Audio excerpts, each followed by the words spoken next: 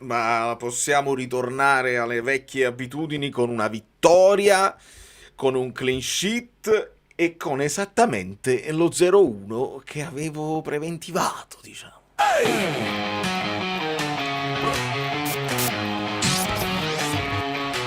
Amici bellini, la strada è sincera, si lotta col cuore, non solo stasera. L'amicizia ci guida, la voce si sente, pazienza e supporto, la fiamma ardente.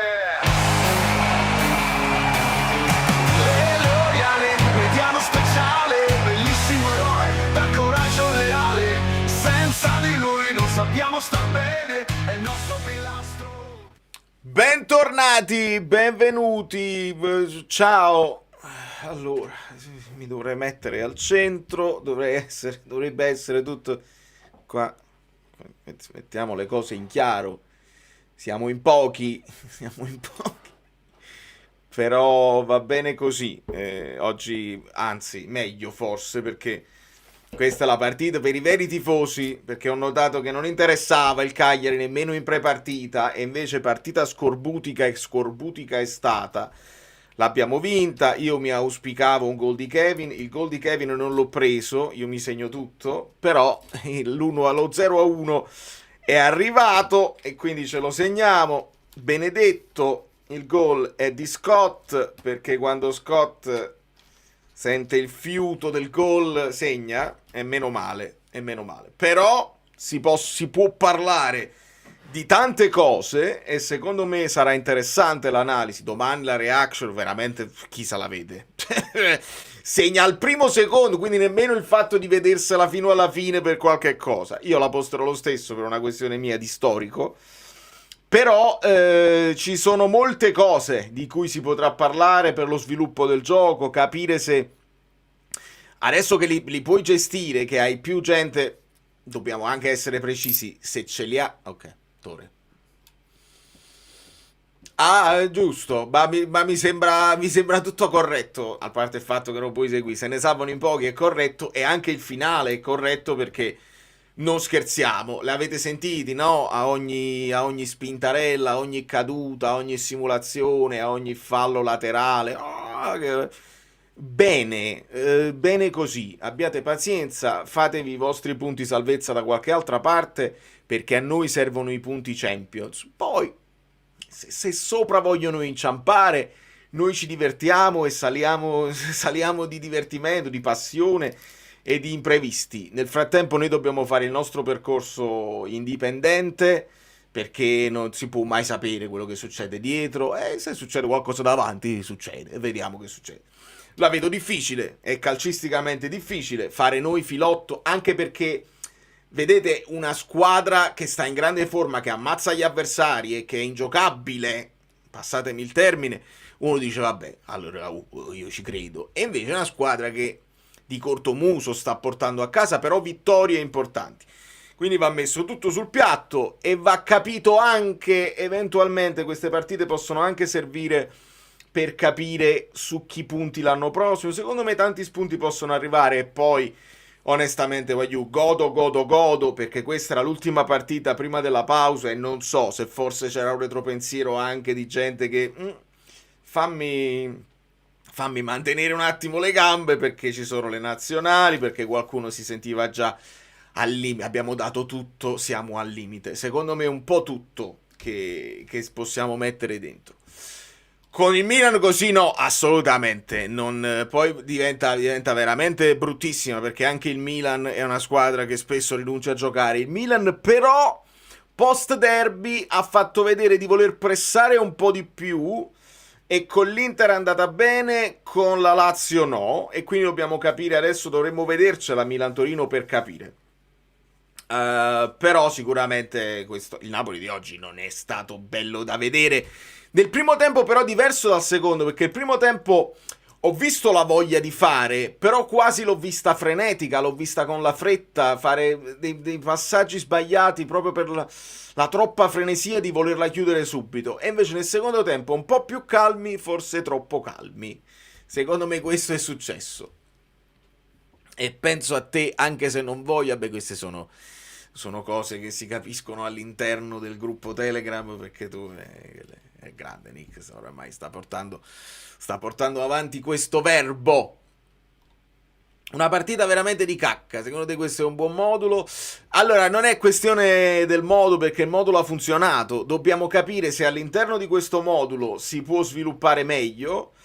Io la curiosità di vedere McTominay sotto punta ce l'avevo come voi, preferisco però probabilmente un Alisson che in quella zona può puntare l'avversario per avere un po' di variazioni di giocate. Kevin mi è piaciuto, alla fine in varie occasioni ha illuminato con qualche passaggio che poteva andare a miglior fine. Però dobbiamo, secondo me, ristrutturare bene il centrocampo. Sono stato sorpreso dall'utilizzo di Lobotka con Gilmour. Lobotka ha giocato un poco meglio, secondo me, di Gilmour a livello di precisione dei passaggi, ma si vedeva che comunque era in recupero. E quindi, secondo me, si può gestire bene che abbia tenuto fisicamente McTominay fino alla fine, perché Conte ce l'aveva detto ed è venuto meno a quello, a meno che non avesse bleffato. Ha detto a centrocampo meglio forse un play con uno più di assalto, che possono essere Anguissa o McTominay, e quindi uno tra Lobotka e Gilmour. Magari ci poteva essere anche un Alisson non in perfetta forma, perché avevamo saputo anche questo. Noi dobbiamo raccogliere tutte queste briciolette che arrivano di informazioni per poter capire le scelte che fa Conte all'inizio. Poi non sappiamo gli allenamenti. Una sorpresa positiva che ci aspettavamo, Gutierrez al posto di Spinazzola, perché Spinazzola non l'avevamo visto brillantissimo, e Gutierrez ha fatto una buona partita, secondo me tra i migliori dei nostri, su palestra non facile.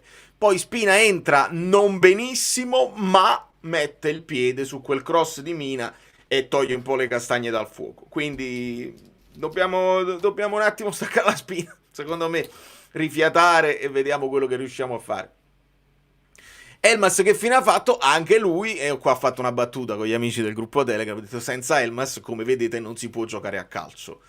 È una battuta fino a un certo punto, perché a me piace come Elmas si distreggia tra centrocampo e sottopunta da una parte e dall'altra. C'ha dei tempi secondo me corretti, quando puntare gli avversari, quando andare in strappo, quando invece girare il pallone in maniera semplice. Anche lui probabilmente aveva bisogno di un attimo di pausa, perché ne aveva giocate tante consecutive. Guaiù, entrano Santos, entra Anguissa, entra Spinazzola, entra JJ. Restano fuori dalle rotazioni in questo momento Elmas, Lukaku, e ci sono, poi non è che possono entrare tutti, sono 5 i cambi. Dobbiamo essere bravi a capire quelli che sono i più in forma, che puoi sfruttare meglio. Lukaku, io so dentro di me che comunque non è che può giocare una partita dall'inizio. Può far rifiatare Højlund? Probabilmente sì, però è questione di sapere dall'interno come stanno i ragazzi. Kevin ha inventato un paio di volte, ma poco precisi. Guti molto bene su palestra e anche buongiorno in crescita. Il colpo di Mina a Rasmus archiviato con le benedizioni di Lautaro. Chiedo per un'amica, dici alla tua amica che mi sono segnato 79esimo, per chi magari volesse andare a riprendere, se avete la possibilità di... Non credo che abbiano mandato le telecamere di Bordocam, che è un segmento, un contenuto che io apprezzo moltissimo, perché veramente vanno nel profondo, nella scazzetta, vedono tutti i labiali, vedono tutte le cose che sfuggono sia al RefCam, sia alle moviole di OpenVAR, sia agli approfondimenti di chiunque parli di calcio. Bordocam è molto interessante. Non credo che per Cagliari-Napoli ci abbiano mandato Bordocam, quindi stocca a noi quello che riusciamo a vedere. Io al 79esimo il pugno di Mina a Højlund me lo sono segnato e ne parleremo in analisi, perché ci sono varie cose che vanno fatte. Allora, l'ingresso di JJ secondo me è propedeutico al Milan, voleva fargli fare minuti, facile Mariano, sì, Olivera pure mi è sembrato un po' stanco ad un certo punto, un po' in affanno tutti, anche Beugem un po' in affanno. Molti palloni spioventi, svirgolati un po' da tutti, un affanno generale. È bello vedere Juan Jesus, vuol dire che è abile e arruolabile come quelli che stanno recuperando. Mettergli qualche minuto significa che se non succede niente, se mettono i piedi uno avanti all'altro quando fanno le scale e non succede niente di strano, lo possiamo tenere presente per la partita col Milan, dove poi ci sarà, diventa uno scontro diretto a tutti gli effetti, anche se fosse solo per il secondo posto. Sì, Daniele, parte con la nazionale, è stato convocato sia lui che Lukaku, non c'è dubbio, speriamo che adesso abbiamo questa settimana e mezzo di passione, di tensione, sperando che non si fanno niente, perché partono in tanti, è stato convocato anche Spinazzola insieme a Politano per la nazionale, Raspadori non è più nostro, però io ci pensavo a Raspadori, dice Raspadori è tornato, che fa Gattuso, poi ne parleremo sicuramente anche di queste cose qua. Recuperato Lukaku, ma sono 2 partite che non entra. Recuperati Lobo, Scott e Anghissà, poveri cristi stanno in condizioni pietose. Un amichevole pizzicotto. Mamma mia, com'è insopportabile Mina. Proprio un giocatore che ti fa ti fa odiare il calcio, ti fa odiare il tuo mestiere, cioè tu giocatore che ci giochi contro è una giornataccia per te, per te che lo guardi, noi tifosi, è antipatico, poi vedi si butta a terra e guadagna il fallo, siamo alle solite, come il fatto di Dumfries, poi l'hai dovuto chiamare anche a Guti, che anche Guti non era stato toccato. Nella reaction, per quelli appassionati, c'è tutto, ci sarà tutto, e anche se non è un contenuto da record di like, so che molti di voi lo guarderanno, perché se è la doppia analisi, no? La prima analisi si fa qua in live, la seconda si è già fatta nella reaction e poi l'analisi finale. Finalmente porta inviolata è sicuramente la cosa più positiva di oggi, oltre al fatto che tutta la partita De Bruyne, tutta la partita McTominay sono cose importanti, però era importante anche riblindare la porta, perché lo sappiamo, da quando non c'è, quando manca Rachmani un pochino si scricchiola là dietro, e Buongiorno un po' meglio, però anche lui ogni tanto inciampato sul pallone, mi sembra sempre non una corsa perfetta, mi sembra sempre un pochino impacciato e non ho capito il perché. Comunque, considerando che 3 ce ne sono rimasti e si stanno alternando i portieri, bene così, perché bisogna, non facciamo tanti gol, voglio, non siamo una squadra che fa tanti gol, la differenza reti è miserrima, veramente. A quel punto devi puntare su una stabilità difensiva se vuoi vincere le partite, altrimenti diventa difficile. Secondo me, Simone, ciao. Secondo me Alisson e Højlund sono già riscattati. Cosa ne pensi di Elmas? Se siamo d'accordo, so cosa ne pensi di Elmas e siamo d'accordo. Secondo te la società la pensa allo stesso modo, in percentuale a quanto la dà il suo rinnovo? Io credo che un giocatore come Elmas, mettiamo da parte il mio affetto, io penso che un giocatore come Elmas un allenatore qualsiasi lo vuole, perché è un giocatore che ti risolve un sacco di problemi. Avere il 12°, e lo abbiamo visto, non è più nemmeno una teoria, è una certezza. Sai che ti è venuto meno tutto il centrocampo, ci metto Elmas e non fa sfigurare. Mi vengono meno i sottopunta, ci metto Elmas. Voglio cambiare modulo, Elmas lo può giocare a destra e a sinistra. Quindi io credo che, quant'è, 16 milioni, una cosa del genere, secondo me per 16 milioni un giocatore che non deve avere l'impatto col campionato, non deve conoscere l'ambiente, non deve fare nessun tipo di apprendimento, non è vecchio, secondo me su Elmas si deve puntare, è una questione di opportunità. Poi sì, è vero che anche gli altri riscatti comporteranno delle spese quasi fisse, dobbiamo capire dove possiamo fare poi i soldi, tra qualificazione Champions, che diventa importantissima, e qualche cessione, perché ci ritornano parecchi giocatori non funzionali a questa squadra. Ogni tanto si riparla di Lindstrom, dobbiamo capire Lang, dobbiamo capire Lucca, da lì devono uscire i soldi, non so come. Giovane, il nuovo Ngong, questa è una domanda che mi era arrivata anche quando si parlava di calciomercato, e io ho detto di no, perché non mi sembra, per caratteristiche non mi sembra Maldini. Ogni tanto dico sto fatto di Maldini, e me lo state dicendo, hai piato la fissa con Maldini. No, nel senso che Maldini lo vedo come uno di quei giocatori con grande talento che potrebbe però far di più se non avesse ogni tanto quell'atteggiamento un po' sulle punte. Ngong ha l'atteggiamento un po' sulle punte, il che quando sei in giornata sei forte, perché sono forti tecnicamente, non si mettono in discussione, però devi stare sul pezzo. Maldini, per esempio, sta imparando un nuovo mestiere e magari lavorando da prima punta migliorerà sotto questo punto di vista, e non lo potrò più chiamare Maldini. Giovane è una seconda punta un po' atipica, che tecnica ce l'ha, che però nelle volte che è entrato non mi è sembrato svogliato, come alle volte abbiamo visto Ngong, che poi ci ha detto anche a voce, purtroppo è importante anche la comunicazione, se ci fai sapere in un'intervista che la fase difensiva non è la tua cosa preferita, è naturale, si capisce, ma è chiaro che io poi in fase di valutazione di un giocatore preferisco un altro che invece la fa volentieri e non molla mai. Quindi credo di sì, cioè credo che non siano così.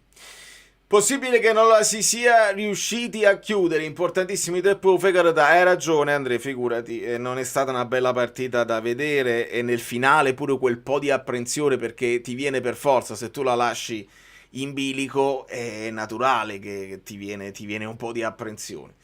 Meno male che non è successo niente di grave nel finalissimo, anche perché l'occasione poi la poteva avere Mendy che tira quel tiro fuori da lontanissimo. È mancato un pochino anche di esperienza al Cagliari, di talento. Meno male, meno male. Certo, col Milan non è così facile se la lasci in bilico, perché poi il Milan è squadra e guardando Bordocam di Lazio Milan ti rendi conto insomma che Allegri dice calma, calma, è ancora lunga, calma, calma, quindi loro hanno quella consapevolezza perché l'hanno fatto tante volte che se vanno sotto possono poi riacciuffarla facendo uno switch di gioco, diventando più aggressivi, mandando più giocatori in avanti. In quel caso con la Lazio mancano 15 minuti, non vi preoccupate, ne mancano 3, non vi preoccupate, la partita è finita così come è finita oggi e quindi ero meno in apprensione perché l'ho visto anche nei confronti del Milan avere la possibilità tanto tempo per recuperare una partita che era sull'1-0, Lazio che vince di cortomuso, e quindi se non lo ha fatto il Milan con la Lazio ho sperato con grande ottimismo che non lo facesse il Cagliari con il Napoli, onestamente. Cuoricini, cuoricini a tutti. Io guarda, quando ho imparato questa cosa qua, non devo usare due mani, i cuoricini. Allora, hai ragione. No, mi è arrivato, me l'hanno detto sul gruppo Telegram. Chuck. Ci saranno una serie di battute infinite, nel senso che in realtà è vivo lui, siamo morti tutti quanti noi, ma lui è l'unico che è rimasto vivo o viceversa. Vabbè, è un personaggio che poi è diventato, probabilmente non rimarrà nel novero dei più grandi attori mai esistiti, però è diventato su internet un meme memorabile e quindi ovviamente parliamo di Chuck Norris e quindi è come se ne va una parte della nostra gioventù in qualche modo. In campo ho visto KDB molto più alto in linea con Rasmus e Scott più basso. Il Cagliari non ha pressato fortissimo, troppo più lenti e statici noi, come l'hai vista? Allora sì, in fase difensiva, cioè quando quelle poche volte, perché poi il Napoli ha avuto molto più possesso palla, forse si è riequilibrato nel secondo tempo, fammi vedere per sicurezza per non dirvi stupidaggini.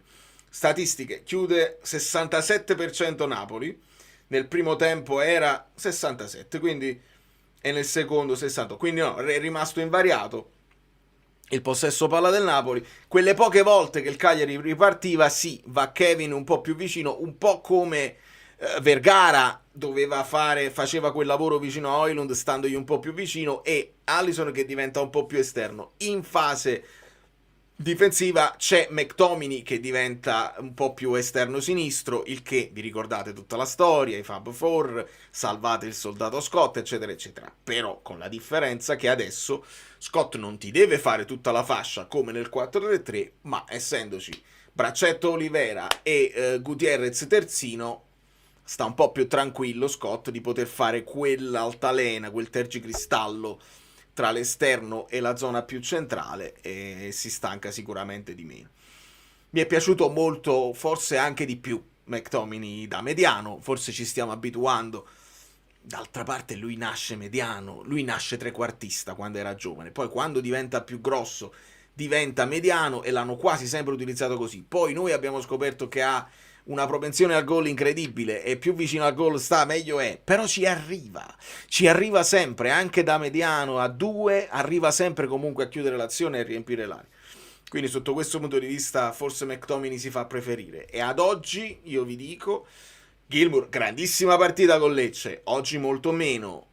Lobotka nel complessivo si fa preferire, bisogna vedere come sta, però se sta bene Gilmour, se sta bene Lobotka, uno dei due, e si dividessero i minuti Anguissa e McTominay, mi piace così.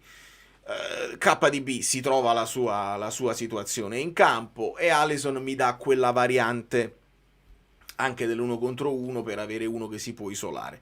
Ad oggi con quelle che sono le forze in campo è un giocatore incredibile e a volte io mi sono reso conto che anche in reaction mi emoziono anche solo per la possibilità che lui possa andare al tiro. Un paio di volte è andato a tiro col sinistro, perché gli bloccano ovviamente il destro, cercano di non farlo arrivare in zona tiro, però pure col sinistro vede la porta. Caprile ha dovuto fare un paio di parate anche da tiri dalla distanza e alle volte vede quei passaggi facili. Ce n'è stato uno su Politano che poi devo rivedere, perché anche là mi sono segnato il replay al 67esimo dove forse Politano poteva passarla al centro, si era fatto vedere. Devo rivederlo.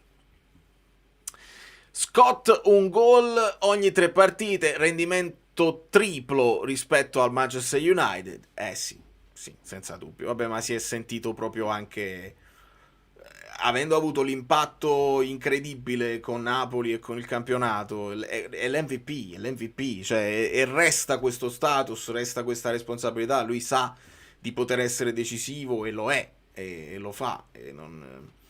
veramente importa poco poi qual è la sua zona in campo. È un giocatore che oramai crede nei suoi mezzi e la fiducia è metà del lavoro, perché tu devi andarci e se ci vai con la convinzione di poter far male fai anche più volentieri una corsa all'indietro. Se invece dici che vado a fare, magari la palla non mi arriva, resti un pochino più.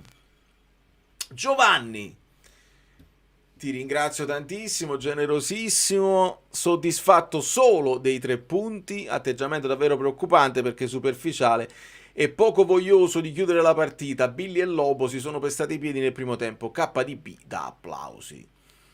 Sì, parlavamo di KDB e sono d'accordo. Sul pestati i piedi anche si devono dividere meglio le zone di campo.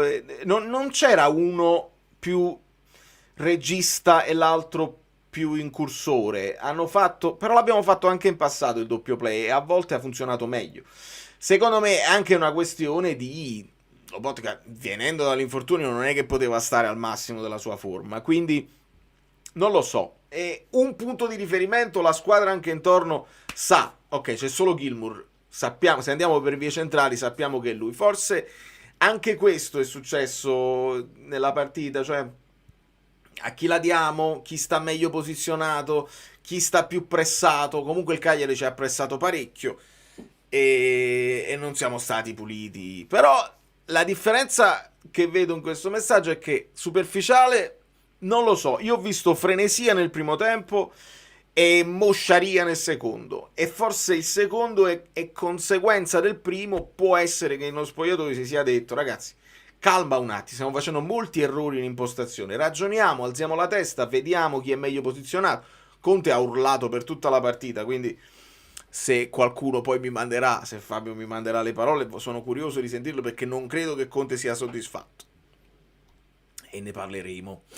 Politano aveva la possibilità, era Alisson, brava Anna. Infatti sì, perché si era mosso Højlund, ma Alisson era a rimorchio, quindi era più libero, mentre lui era coperto e non lo ha fatto. Ora li vedo troppi in frenesia di fare gol così. Sì, vedi Anna, questa è anche una di quelle riflessioni che facevo su calcio fluido, parlando anche delle altre squadre. Parliamo sempre di pensieri un po' inconsapevoli, magari inconsci, non sempre. Oggi non la passo a nessuno, devo deciderla io, no. Però in generale ci possono essere in queste partite finali del campionato dei momenti in cui tu vuoi dare una bella impronta su quello che è stato il campionato, che oramai è finito, perché nessuno è uscito poi fuori così tanto a livello personale. Il nostro miglior marcatore è Højlund e si è fatto comunque tutto un campionato di botte, di spalle alla porta, e più gol fa. Secondo me lo sfizio Højlund di raggiungere Lautaro ce l'ha e bisogna dargliela questa possibilità. Idem un po' tutti gli altri che secondo me vogliono chiudere in maniera impattando, per invece la forza del Napoli è che hanno segnato un po' tutti a un certo punto. Quando noi facciamo il computo dei gol che ci servono, se li sono divisi un po' tutti e va bene così, insomma. Poi qualche individualità deve uscire fuori, vedi i vari McTominay, i vari De Bruyne. Sam sta crescendo sempre di più. Conte Pachina ha detto che Gilmour sbagliava per eccesso di confidenza. Questo è un tema. Io l'ho chiamata frenesia, lui la chiama confidenza nel senso di fiducia, insomma, nei suoi mezzi, eppure ci sta. Abbiamo fatto un discorso anche allargandolo, facendo la riflessione, prendendo spunto dall'approfondimento di Sky sulle differenze che ci sono tra il calcio italiano e il calcio europeo. Con la Champions League c'è anche poca gente che si prende responsabilità, e quando qualcuno lo fa, secondo me non bisogna tarpargli le ali.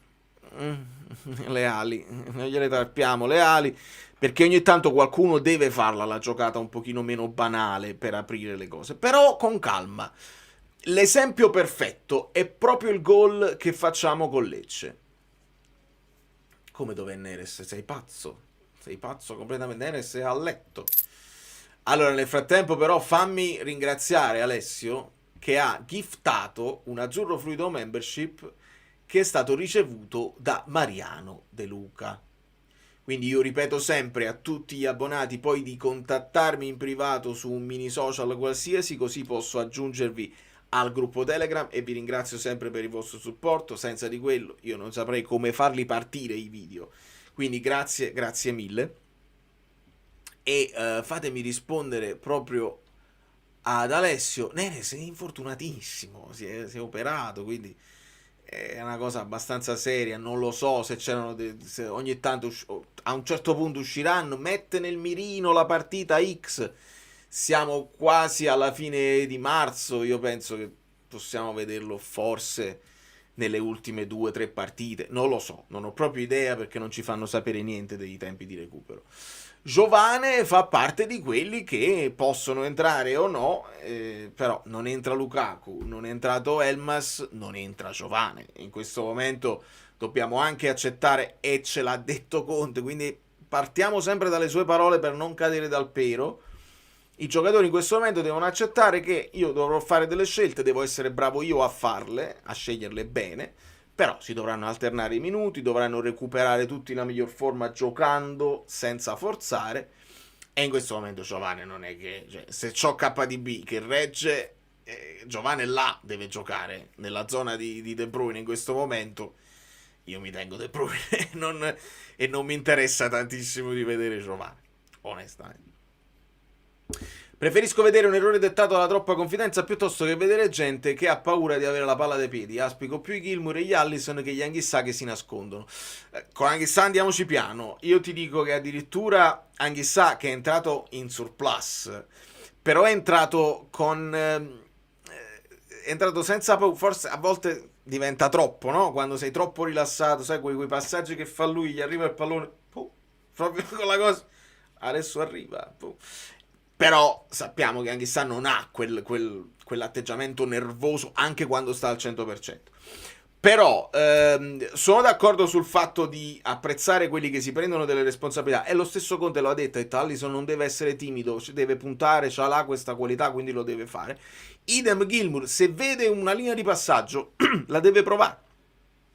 Poi fagli degli errori, devono essere bravi gli altri a recuperare, quindi tenere sempre un occhio alle preventive, non buttarci tutti in avanti come dei pazzi, perché poi se forzi un passaggio, e questa è una cosa che deve essere studiata in allenamento, non deve essere solo un'iniziativa personale, perché se è un'iniziativa personale tu poi non sei pronto a metterci una pezza. Se invece è studiato, arriva la palla a Gilmour, forzerà, vado io, tu resti, allora lì stiamo a posto, e puoi accettare la forzatura, puoi accettare.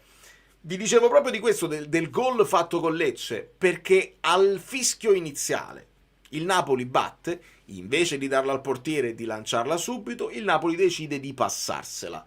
Ce la passiamo, torniamo indietro, facciamo un tentativo, stanno chiusi, non si sono mossi, benissimo, ricominciamo. E il ricominciare, che mi rendo conto, dice ma siamo lenti, il ritmo, non andiamo in avanti, c'era Gilmour, quindi il più verticale che c'è, non si va finché non si aprono gli spazi che si devono riempire. Quando la palla da Oliveira a Alisson fa il movimento giusto e glielo fa McTominay il movimento in avanti, poteva anche essere destinatario del passaggio di Alisson, ma si porta dietro un avversario, McTominay, si libera quello spazio per Gilmour. Gilmour ha tutto il tempo di controllarlo in avanti e si crea poi... il bello è proprio quello, è quello che non si vede, cioè è De Bruyne che crea quel vuoto che poi è stato preso dal passaggio di Gilmour per Politano, perché De Bruyne anche va verso McTominay, si pestano i piedi, no, è una cosa studiata che apre uno spazio. De Bruyne si porta lui anche dietro una cosa, si apre quello spazio e poi in copertina ci va Gilmour, che passaggio che ha fatto, ma se De Bruyne non fa quella cosa là, lo spazio per il passaggio del Politano non si crea. Poi bisogna fare il cross di prima di destro e poi bisogna arrivare col tapin. Ma quell'azione là per me è il non plus ultra del calcio ragionato, studiato, codificato e fatto bene. Va fatto con velocità, se non ci riesci con velocità non si aprono le maglie e gli avversari ti possono controllare.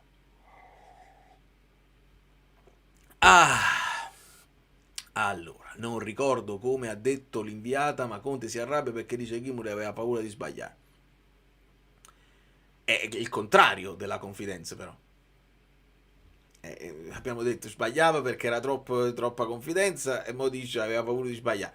Quindi mettetevi d'accordo, altrimenti commento cose che non sono mai successe. Calma Renato, che partita di me. Una brutta partita sicuramente, però mi sembra il caso. A me succede se guardo la live dalla Smart TV, da PC, fila liscio senza interruzioni. State parlando della pubblicità? Guagliù, non ci posso fare niente, non le mando io. Su Twitch le mando io. Così qua non è una questione automatica che YouTube decide. Purtroppo non posso farci niente. E questo è vero però quella cosa che dice Mirko, nel senso che l'ho notato anche io. Quando guardi video su TV, YouTube sa che stai guardando su TV, anche i video normali, e ti manda delle pubblicità che sono più lunghe da skippare. Perché? Perché sa che tu magari sei stravaccato sul divano e dici vabbè, ma non è che cambio video, aspetto la pubblicità e whatever. Mentre invece se da PC magari stai facendo più cose, le pubblicità sono un pochino più brevi quando ci sono e quando te le mette, perché sai che se insiste troppo YouTube sa vabbè, faccio altro, cambio video eccetera eccetera. Quindi è una cosa su cui abbiamo poco controllo. Allora, in realtà Conte ha detto che Gilmour sbaglia perché ha paura di piccioni e ce ne stava uno giallo in campo.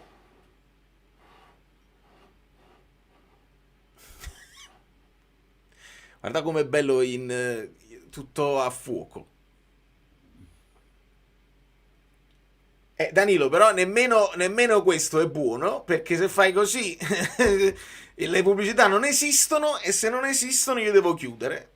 Chiudo il canale e ne parlo solamente con gli amici di Telegram, perché nemmeno questo poi è un grande consiglio da dare sotto a uno che comunque questo lo fa con grande passione, ma è il mio day job. Quindi se poi non arrivano gli ingressi delle pubblicità, i video diminuiscono e devo cercare più serate. Quindi nemmeno questa, poi non te l'ho preso il messaggio perché non è che mi metto a censurare, però non è il non plus ultra anche questo. Il nome è PJ, nel senso che è Pigeon, quindi penso che PJ sia quello che sia stato più... No, nessun piccione vero è stato maltrattato per queste cose. Comunque è PJ il piccione, Gigione il piccione, ci sono vari nomi che vengono adottati. Il piccioncino, esatto, la maggior parte è così. Non è che... bravo, ma non per guardare i video di Azzurro Fluido, esattamente.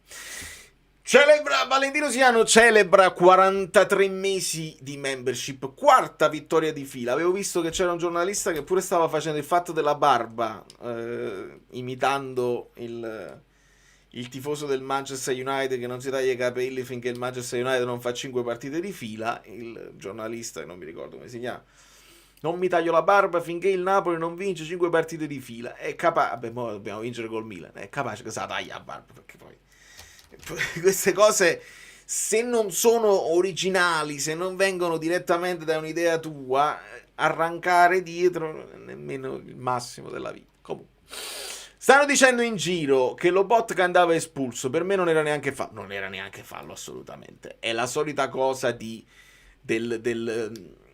cosiddetto fermo immagine, no? Prendi il fermo immagine della gamba alta e dici ok, Lobotka è impazzito, voleva decapitarlo. Non è così.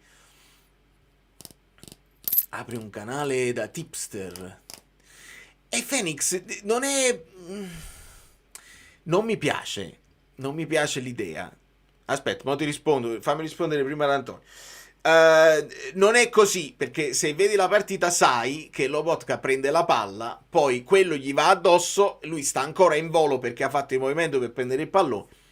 Non c'è mai... Il fallo si può dare per imprudenza, perché comunque quando tu prendi il pallone...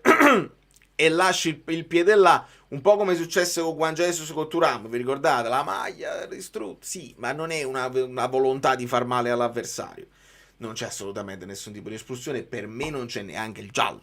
Puoi chiamare il fallo, perché ci sta un po' di la famosa imprudenza, perché può risultare pericoloso, ma Lobotka ha la gamba piegata, dopo aver colpito il pallone, quindi ancora, e non è nemmeno in una... estesa in maniera tosta la gamba così, quello gli appoggia un pochino. Mi pare fosse Folorush che fa i uomiki, i famosi uomiki che fa i miracoli, e non c'è proprio niente. E la voglia di speculare, che non ci abbandonerà mai. Guardate, riguardate quello che fa Kane in Bayern Atalanta. Guardate quello che fa Kane quando fa quel gol che io ho chiamato un gol alla Ibra Prime, perché nel fazzoletto si gira, sposta il pallone, riesce, non so con quale coordinazione, con quale tempo, riesce ad abbassare il corpo e a metterla nel set. Nel momento in cui si gira, lui viene preso sulla gamba da Ian, che non lo vede e lo prende sulla gamba. Kane avrebbe potuto cadere, invece no, non cade, prendersi un altro rigore, e che me ne faccio? Tiro in porta. Quindi, visto che è difficilissimo, visto che simulano tutti, e di indicarli tutti i simulatori diventa un esercizio noioso, che ne sono tanti, l'unica cosa che posso fare, cambiando la lotta ai simulatori, io l'ho cominciata anni e anni fa, adesso sono tutti sulla barca, mi fa piacere, benissimo, perché è successo bastoni caluro, benissimo.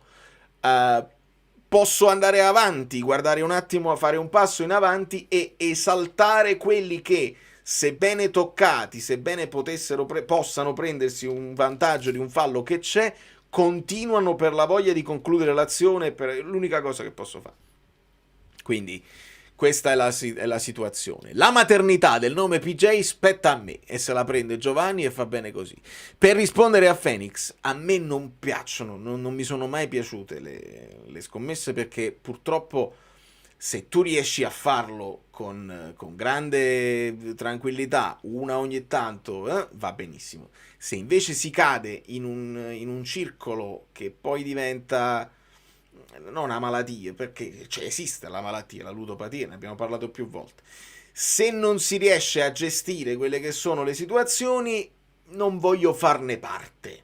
Ecco, perché in qualche modo diventi anche tu parte del sistema, e visto che si può evitare, io metto i miei pronostici per divertirci, per parlare di fantacalcio, per trovare un senso a partite tipo Genoa-Udinese. Chi se la guarda Genoa-Udinese? Me la guardo io, perché ho detto che segna Malinowski e Messias e Atta, e voglio capire se mi segnano contro, eccetera eccetera. È uno sfizio mio far parte proprio di quelli che poi andatevi a giocare questi, non...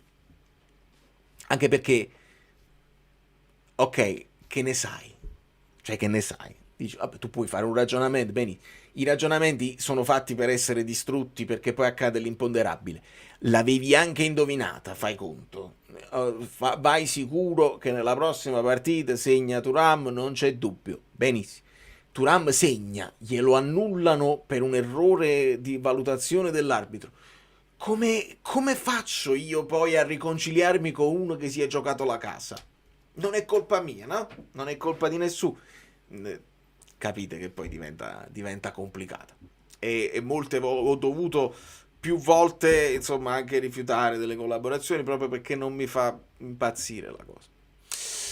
Allora, avete già commentato la qualità del campo? No, sei il primo che leggo questo messaggio. Ho visto proprio delle zolle ingiallite. Non benissimo, anche quello non benissimo, onestamente. Hai visto Insigne come si diverte in B? Comunque oggi lo stesso Conte diceva più volte passa indietro a Politano. Sì, perché poi si deve trovare lo spazio. Sì, si diverte, è chiaro. Se Insigne sta bene, la tecnica resta, non c'è dubbio. Poi ho visto anche gente esaltarlo per il gol che fa. Mamma mia, deviata da un difensore, esce una palombella incredibile. Sì, ha tirato lui, va benissimo, ha fatto anche degli assist e altre cose. Va tutto bene, auguriamo solo il meglio a Insigne. Non andiamo a scantonare, nel senso che il Napoli ci doveva pensare. È purtroppo la realtà che qua in America ha fallito, e quindi l'idea che in Serie B puoi fare la differenza e in Serie A magari sarebbe stata un'altra storia. Onestamente, teniamoci Alisson che è giovane e che può crescere e puntiamo su di lui invece di rimpiangere sempre qualcos'altro. È un discorso che io estendo a Caprile. Ogni tanto leggo le vedovelle di Caprile, perché Caprile è fortissimo. Sì, Caprile fa un bravo portiere sicuramente, ma anche lui ha delle amnesie, e quindi invece di attaccarmi sempre a quello che non ho, che non abbiamo, a cui abbiamo rinunciato, cerco di analizzare e di proteggermi i miei. Era un complimento per la capacità di lettura delle partite, si vede che ne capisci. Ovviamente sono d'accordo grazie Fene. No, ma infatti sì, io cerco, hai capito? E mentre con quest'altro canale, con Calcio, magari non tutti sanno, Calcio Fluido, ho aperto Calcio Fluido, ho ribrandizzato il Fluizot, che è il gaming, perché la PlayStation è morta, non riesco a giocare più. Calcio Fluido, lo trovate. Mi sto divertendo ad analizzare tutte le partite e mi sento libero se voglio fare 2 video al giorno, non intaso, azzurro fluido, eccetera, eccetera. Quindi parte così. Poi mi rendo conto, quando vi descrivo una partita, che sono vere sempre due letture, perché tu dici, ma il Genoa, sai, Milan-Torino, il Milan ha l'opportunità di rifarsi sotto all'Inter, di tenersi dietro il Napoli, ha le motivazioni, il Torino ha poco da fare perché ormai sono salvi, eccetera eccetera, varranno le motivazioni del Milan, ma può valere anche il contrario, il Torino è più tranquillo, il Milan è in tensione, si bloccano i muscoli, quindi sempre questa doppia cosa. Poi uno si deve prendere la responsabilità di sceglierne una e di portarla avanti di volta in volta, e si vede se uno ha indovinato o no, perché la verità non c'è. La verità non c'è. Il Bodo contro lo Sporting, lo Sport 5 gol, vai, è il bello anche del calcio, se no è tutto così. Open Pigeon, il nuovo format il martedì sera. Beh, lo vogliono chiudere, avete letto che vogliono chiudere Open VAR, già è chiuso per me che abito all'estero e che non lo posso vedere se non fosse per gli amici bellini che su Telegram me lo mandano. Ma non è quella la soluzione, di chiudervi di nuovo negli sgabuzzini. Non è quella la soluzione, dovreste aprirlo di più, senza fare le domande alla ZIL, fate fare le domande a chi poi è coinvolto, altrimenti ve la cantate da soli e non c'è nessuna cosa. Su Twitch ci sono, amico mio, vado in automatico su Twitch anche quando sono live, cioè ogni volta che sono live su YouTube sono in automatico anche su Twitch. Non ci punto, per un periodo ci ho puntato, facevo delle live anche alternative lì, però Twitch non c'è discoverability, cioè non è che tu fai un video, fai una live e ti trovano se cercano l'argomento specifico. Twitch devi stare live, devi stare sempre live, e più stai live, più è capace che ti trovano, se ti trovano.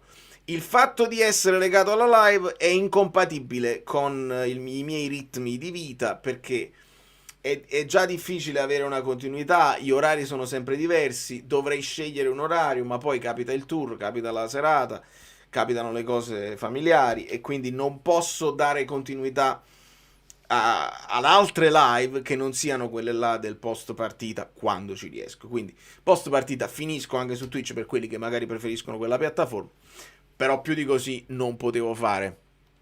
Mi fa piacere, stanno arrivando anche altre domande perché siamo pochini, e parliamo poi anche della partita, ovviamente, con Virgilio, che ringrazio. 3 punti per noi e uno è un favore fatto ai Viola. Saluti dalla Germania. Tu dici che facciamo rischiare il Cagliari? Un favore fatto ai Viola? Che poi tu dici, se è un favore fatto ai Viola, i Viola potrebbero fare un favore a noi. Forse quello che poi...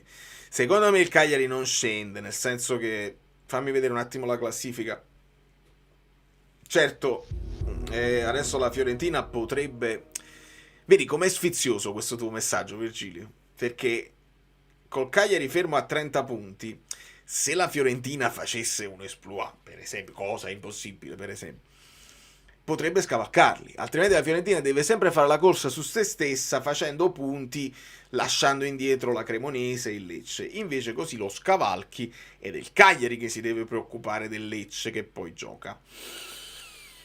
È una lettura interessante. Io non credo che la Fiorentina abbia la forza, dopo anche la partita d'Europa, di imporsi sull'Inter, però sono capitate cose del genere in giro nel calcio e ci divertiamo se succede. Quindi bene così. Palestra, non avevo letto palestra ma ho cliccato Perrone, celebra 39 mesi di membership, fine campionato in crescendo, significa che si può cominciare bene, che si può, non è che si deve per forza, ma che si può cominciare bene l'anno prossimo.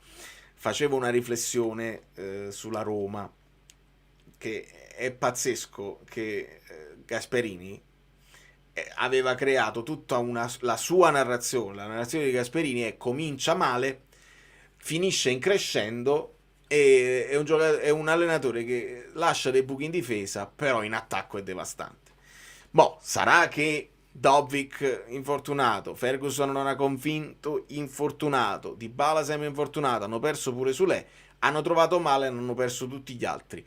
Va bene, ma sta succedendo proprio il contrario di tutta la storia di Gasperini finora con l'Atalanta, cioè inizio con grande difesa, attacco che stentava, ricordate quante partite ha vinto di cortomuso la Roma, adesso sta venendo meno anche la difesa, ma in attacco comunque stanno cercando di arrabattare i gol con Malen che devono fare, quindi vedi che poi non esiste un solo modo di farlo. E quello che ha fatto, mi riaggancio al tuo messaggio, quello che ha fatto all'inizio è anche forse una naturale continuazione del finale di campionato che fa la Roma l'anno scorso con Ranieri. Quindi difesa più bloccata, tanti punti, la Roma comincia così, eccetera, eccetera. Ma Gasperini gli tirerò le orecchie sull'altro canale. C'ho un paio di cose da dire. Quindi sì, riprendendo il discorso di Virgilio, chissà, vediamo. La Roma ha completamente sbagliato il mercato, sì, senza dubbio. Wesley bene, Malen bene, poi hanno preso Bailey che non ha funzionato, e serviva qualcosa di più là. Poi hanno preso questo Vaz che però è un giovane che si deve fare, è troppo presto. Venturino, Saragozza poteva essere, ma secondo me Gasperini non lo vede, ed è uno che anche su giocatori improbabili ci lavora di solito. Invece mi sembra che, anzi, Gasperini è stato anche abbastanza chiaro, dice: se volete che io lavoro sui giovani e li faccio esplodere, posso pure fare esplodere, ma se volete il risultato, cioè di andare in Champions, a me mi servono giocatori pronti, altrimenti che facciamo? Quindi è un discorso da comprendere per i romanisti. Contemporaneamente non ha mai provato di fare qualcosa di diverso, di inventarsi qualcosa di diverso nel momento della difficoltà.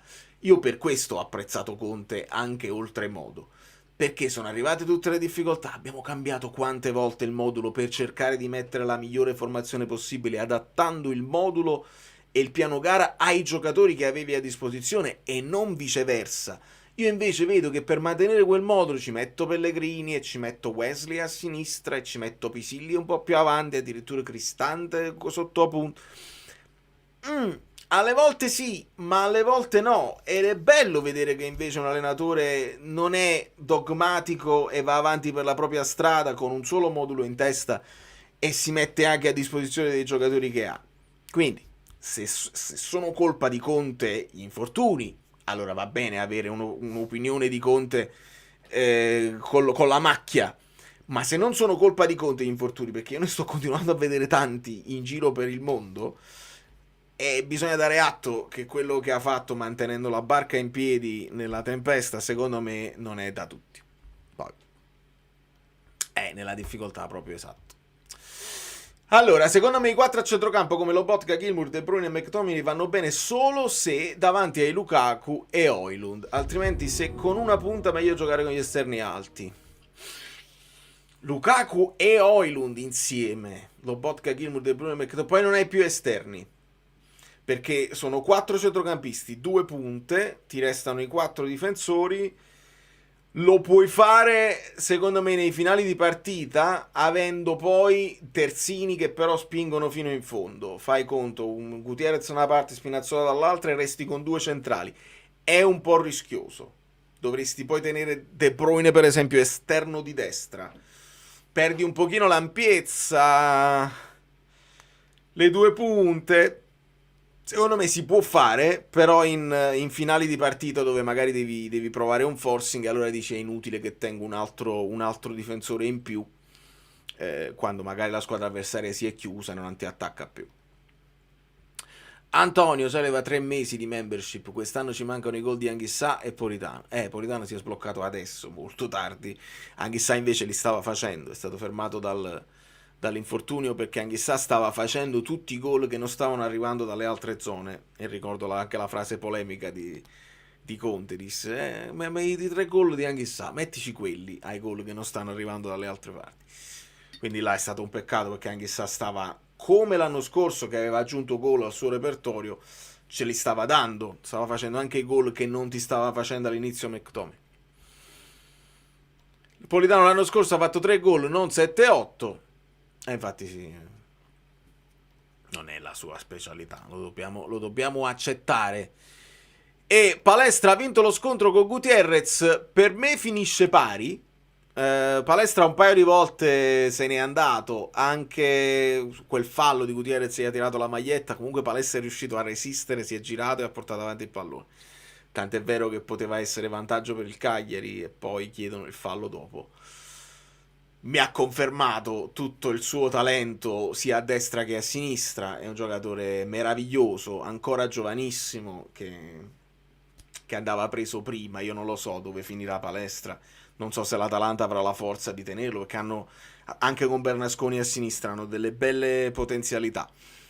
Però se ci punta un top club è capace, perché c'ha troppo più talento di tutti gli altri e con la giovane età, sperando che non si perda, che non si bruci andando troppo presto magari in un ambiente che è un salto troppo grande. Palestra è, mamma mia, un sogno infranto per quanto mi riguarda. Però bene Gutierrez è stato uno dei più positivi oggi, è stata una sfida all'altezza, è stato anche malizioso, bravo a capire delle cose. Ma i vocali, 53 minuti, mi sono allargato tantissimo. I vocali, perché poi arriverà anche Guido. I vocali. Io volevo fare una domanda a entrambi, prendendo spunto da un messaggio che inviò Valerio sul gruppo Telegram qualche settimana fa, ovvero sul fatto che ci eravamo scordati di quanto potere mediatico avesse Kevin De Bruyne grazie al suo profilo Instagram. Ecco, partendo da qui, non è, una novità che determinati calciatori e società di calcio abbiano un potere mediatico sui social importantissimo. Ma voglio soffermarmi di più sull'Italia e non sull'aspetto prettamente internazionale. Società italiane come Juventus, Inter e Milan hanno un potere mediatico elevato sui social, ma ovviamente anche sui media tradizionali, che possono essere esempio media televisivi, con determinate figure. Basti pensare a Stramaccioni nel post partita di Inter Atalanta, o ad esempio sui media ancora più tradizionali come ad esempio i giornali Tutto Sport con la Juve e le due milanesi con la Gazzetta dello Sport. E la mia domanda è, le società di calcio meno importanti sotto questo aspetto, sotto l'aspetto politico e mediatico, potrebbero andare a sfruttare figure come quelle di calciatori come De Bruyne, andandole a prendere non solo per caratteristiche ovviamente di qualità tecnica, perché quella è la base, ma anche per via della loro rilevanza Sono dei mediatica, perché media, banalmente Olmo, ad cioè. esempio, 2 mesi fa mise una storia su Instagram dove faceva vedere che non aveva preso il pallone con la mano contro l'Hellas Verona e Olmo da 2 milioni e mezzo di follower, l'avesse messa De Bruyne avrebbero visto in 26 milioni. Quindi, grazie ai poteri social, che magari ancora leggermente viene sottovalutato, ma neanche tanto perché ormai si fa propaganda sui social, basti vedere ad esempio anche il tema del referendum, si potrebbe andare a contrastare quelli che sono mediamente i media tradizionali che proteggono le solite strisciate. Hai ragione, sono d'accordo, però non so quanto costa. Nel senso che puntare poi su giocatori come De Bruyne come strategia per avere anche un impatto mediatico sulle cose che succedono, non li gestisci tu, perché è comunque una scelta di Højlund farlo. Non è il Napoli che gli ha detto fai la storia, queste sono le immagini, fai la storia così 2 milioni almeno lo vedono. De Bruyne non lo gestisci tu, quindi ti può andare bene che acchiappi uno che è molto mediatico e quando fa una cosa la risonanza è importante. Per esempio De Bruyne è un altro che parla solamente quando gli va e non è tante volte che lui fa dei post, fa dei post più che altro di celebrazione quando si vince, dei post di rincuorare i compagni quando non si vince, ce lo ricordiamo, no? Non fa niente, ci rialziamo la testa, eccetera, eccetera. Però poi andare nella polemica dovresti trovare più giocatori. Uno per esempio insospettabile è Gutierrez non se la tiene l'ingiustizia, la posta sui social. Højlund è un altro così, però sono piccolini. Quelli là più grandi secondo me, proprio per il fatto che sono così grandi, cercano di tenersi fuori da queste polemiche qua, perché poi una volta ti va bene che sei tu la vittima, la prossima volta non ti va bene e ti ammazzano facendo il confronto. Quindi è un'arma a doppio taglio. E tu volevi Mo' hai scritto per quando verrà Guido, ma io l'ho già sentito. tornare a fare le live senza soffrire, non volete nemmeno soffrire. Bravo. Vabbè, ragazzi, che dirvi, brutta partita, sinceramente. Primo tempo identico a quello di Lecce, forse leggermente meglio. La cosa buona è che sei riuscito a segnare subito, quindi si è messa un po' in discesa.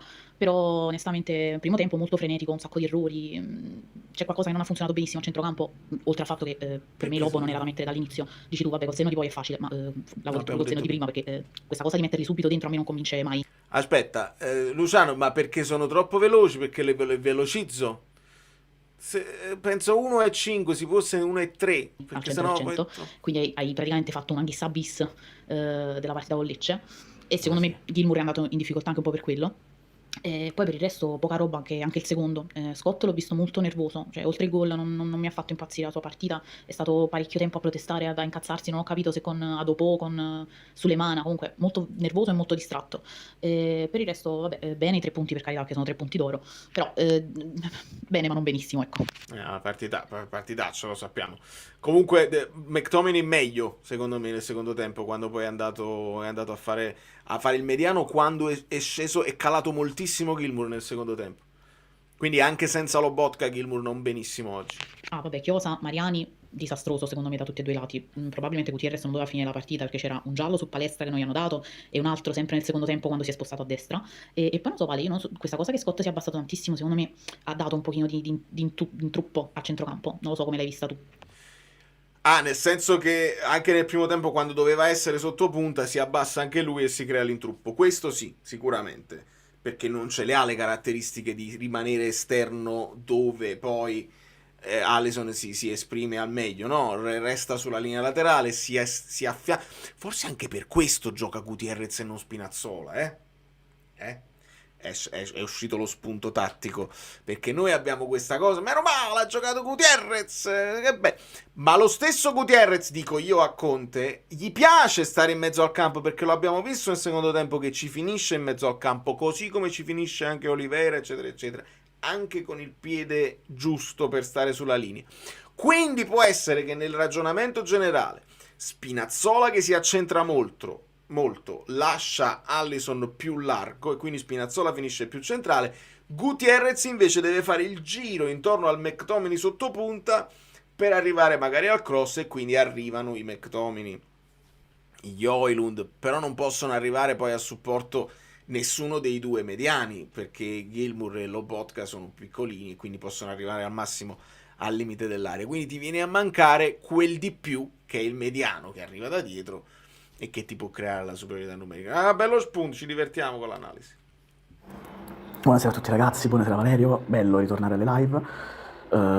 Ci prendiamo i 3 punti poco ma sicuro. Arbitraggio, ci sarebbero sì delle cose da dire, non il peggior arbitraggio di tutti, ma tanti gialli mancati, falletti fischiati sempre a spezzettare il gioco, pure guardando Roma-Bologna, scusate, di Europa League, no? Per fare un esempio, volo al volo, partita con ritmi altissimi perché si fischiava quasi il minimo indispensabile e di conseguenza i giocatori stanno più in piedi e si alza il ritmo, cosa che oggi non abbiamo visto.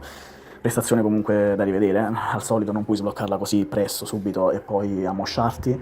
Nel primo tempo non mi è piaciuto Gilmour, nel secondo si è ripreso appena uscito Lobotka, è salito di livello e Non sono d'accordo. qualcuno mi deve spiegare più che altro i cambi, io veramente faccio tanta fatica a capire. Gutierrez che stava contenendo la grandissima palestra me lo metti a destra per mettere Spinazzola che non è entrato bene per niente, avevi tolto Lobotka e ok per mettere Alisson che per me era la cosa giusta da fare con McTominay a centrocampo tra i due con Gilmour, e poi mi vai praticamente ad inserire un Anghissà immobile togliendomi Gilmour. Gli ultimi 10 minuti più recupero abbiamo sofferto malissimo le uscite, non abbiamo più creato nulla.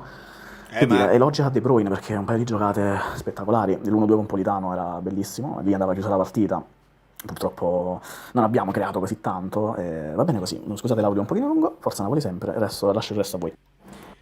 Sì, non sono d'accordo su Gilmour. Per me Gilmour se n'era sceso tantissimo e ci sta nell'ottica anche di recuperarlo, anche chissà che qualche minuto lo faccia. Non serviva più fare impostazione da dietro con passaggi rischiosi, quello che ti fa Gilmour con la sua verticalità. Serviva andare a impatto fisico, serviva mettere una pezza. Anche se lo ha fatto il play, ricordiamolo, nelle volte in cui Lobotka è mancato, a volte lo ha fatto Anghissà utilizzando McTominay mezzala, Elmas dall'altra, ma Elmas poi non c'era quando l'ha fatto Anghissà, però lo ha fatto qualche volta e quindi come idea secondo me ci sta.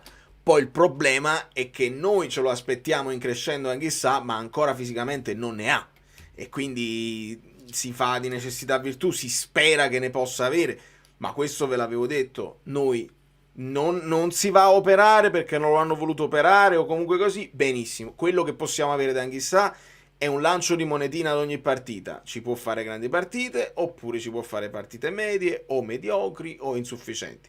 Perché purtroppo il problema c'è, non è che è stato risolto e superato. E quindi è questione di utilizzarlo il meno possibile oppure nei momenti indispensabili. Secondo me questo era un momento, chiedi a me, io ci metto Elmas là. Per non rischiare che Anghissà magari nel surplus con cui è entrato magari una palla gli sfugge, però non gli è sfuggito il pallone ad Anghissà, è sfuggito più ad altri, però è andata bene. Buonasera Valerio, buonasera a tutti. Vittoria sofferta, ma ormai sono tutte così le vittorie del Napoli, tutte sofferte, non ricordo più una vittoria in scioltezza. Scusami Giuseppe, ha ragione Carlo. No, 400 spettatori siamo pochi perché comunque è venerdì sera, siete tutti fuori cicchetto, ho capito, mi rendo conto, non siete più abituati alle live, mi rendo conto, ma i like devono arrivare su.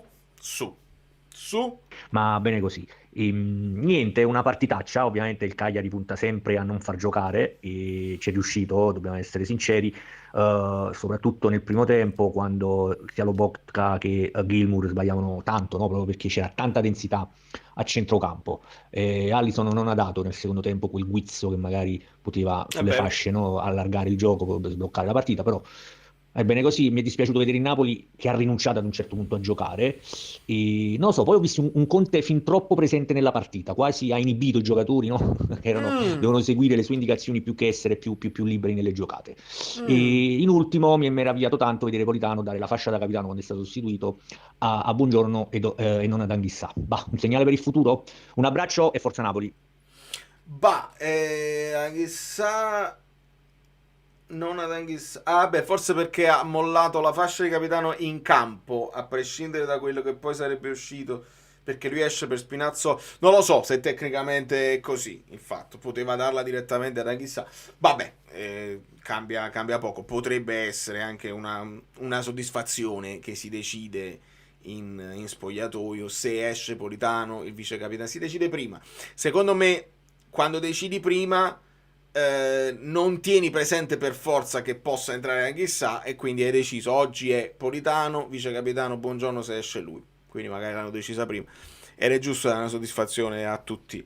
Per quanto riguarda Conte è interessante la cosa, perché secondo me lui in generale se le vive così quasi tutte le partite, e almeno io mi preoccupo se Conte non lo vedo sul pezzo così su tutti i palloni, col joystick mandando le marcature e tutte le cose così. Mi rendo conto che quello che dici può essere vero. A un certo punto ho avuto anche io un po' di frustrazione, dice lasciali giocare, non forzare tutte le giocate, tutti i palloni che devono venire dalla tua bocca. Anche io ho avuto questa sensazione, dice può essere pesante. Abbiamo detto anche con Gattuso, lo fanno tutti gli allenatori, quasi tutti. Però nello specifico secondo me è una questione di microfoni, nel senso che oggi si sentiva di più la voce di Conte, chiara, e probabilmente lo fa tutte le partite, anche quando andiamo benissimo, e non è un problema nelle altre partite. Però questo è uno spunto, secondo me qualche giocatore ama essere guidato, altri vogliono essere lasciati un po' liberi. Un saluto a Francesco dal Messico. Buonasera Valerio, buonasera amici bellini. Ci prendiamo solo i 3 punti stasera, troppo superficiali, troppo molli. Da quando abbiamo iniziato dopo il 20° a gestire la palla siamo stati veramente poco cattivi nel cercare il secondo gol, e stasera contro un Cagliari che onestamente mi è sembrato anche molto remissivo. Ottime prestazioni di Kevin e di Gutierrez che ha marcato 90 minuti palestra, seguendolo anche sulla destra quando è entrato Spinazzola. Sì. Mi ha davvero convinto tanto. Spina che è diventato anche lui un tema, perché devo essere sincero, non mi è piaciuto come è entrato, anche lui molto impreciso, adesso non so come mai. E come ho detto, ci prendiamo i 3 punti, ma deve cambiare l'atteggiamento, perché contro il Milan ci mettiamo in difficoltà. Adesso il secondo posto è da tenere.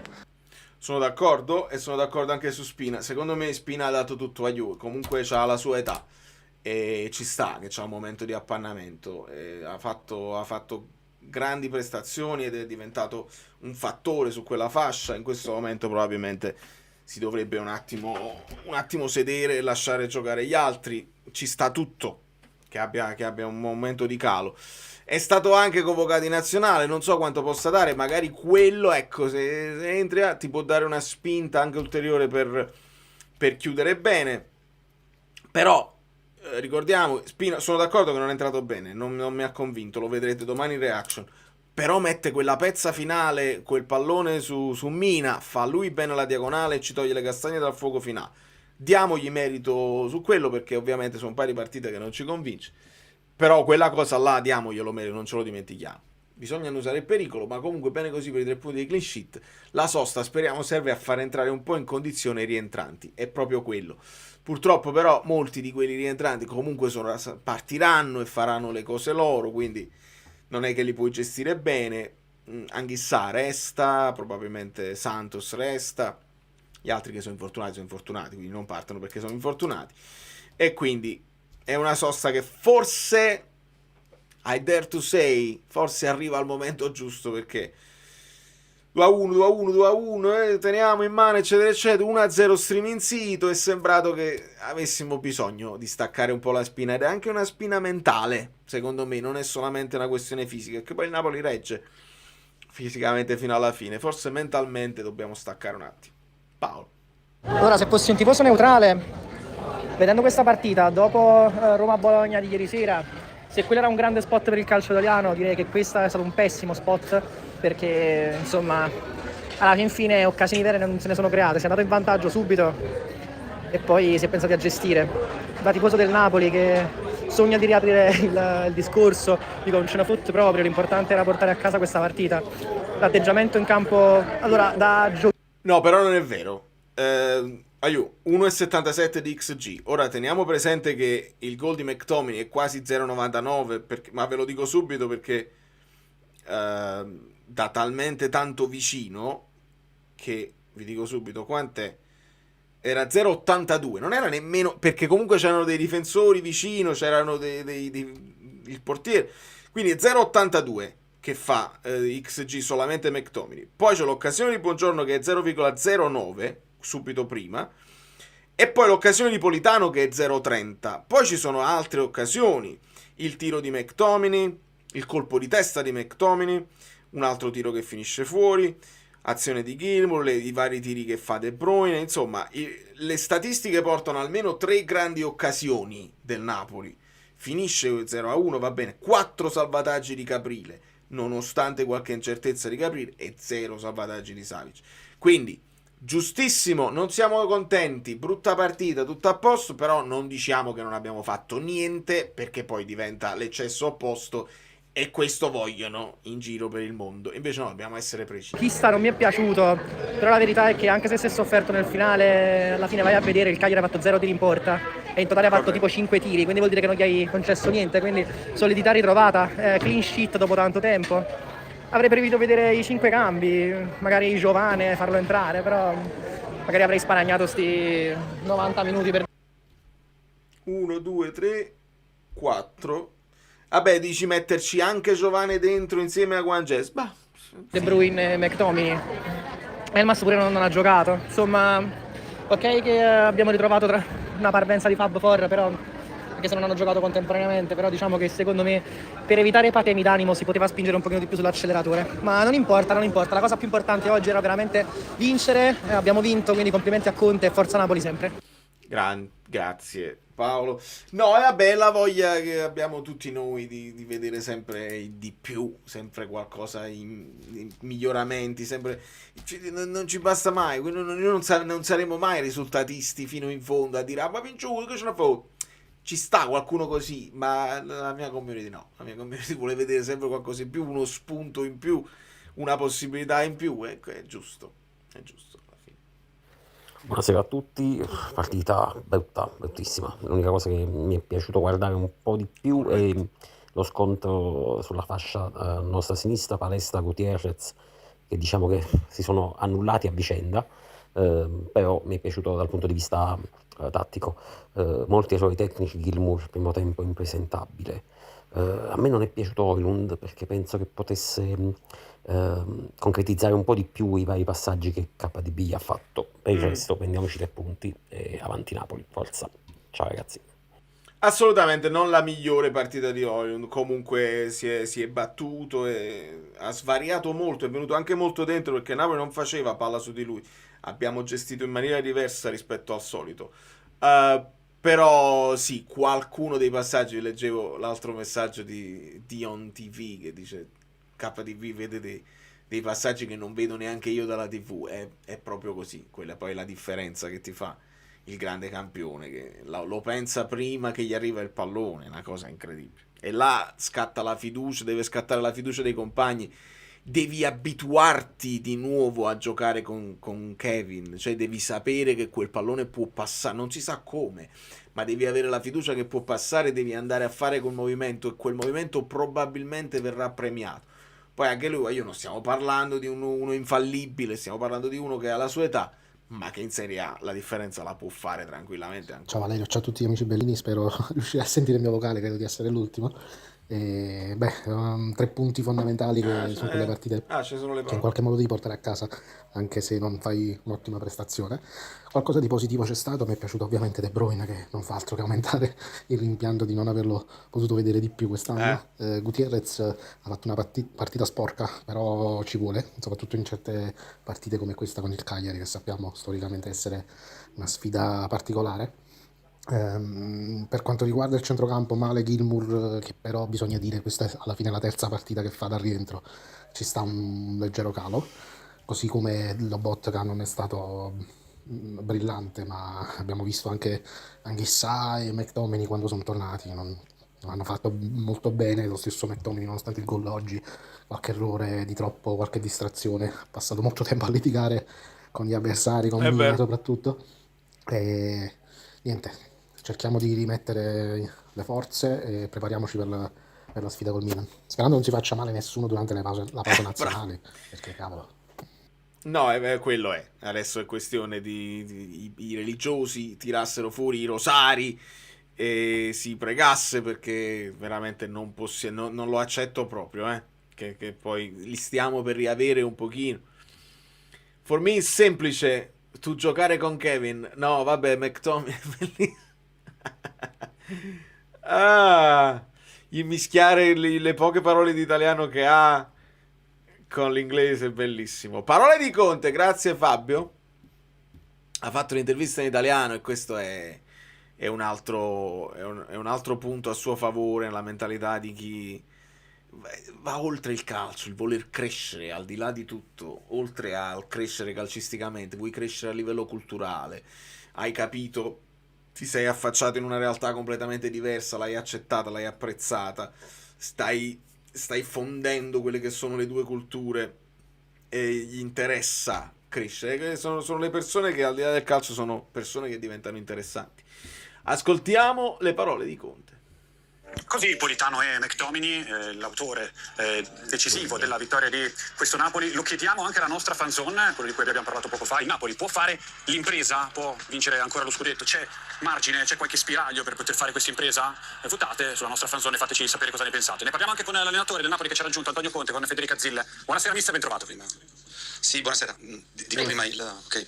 Nel calcio non ci sarà mai spazio per chi discrimina. Keep racism out. Io poi lascio allo studio se vogliono rivolgere la stessa domanda che avete rivolto alla fanzone al mister, ma io parto invece dalla partita di questa sera.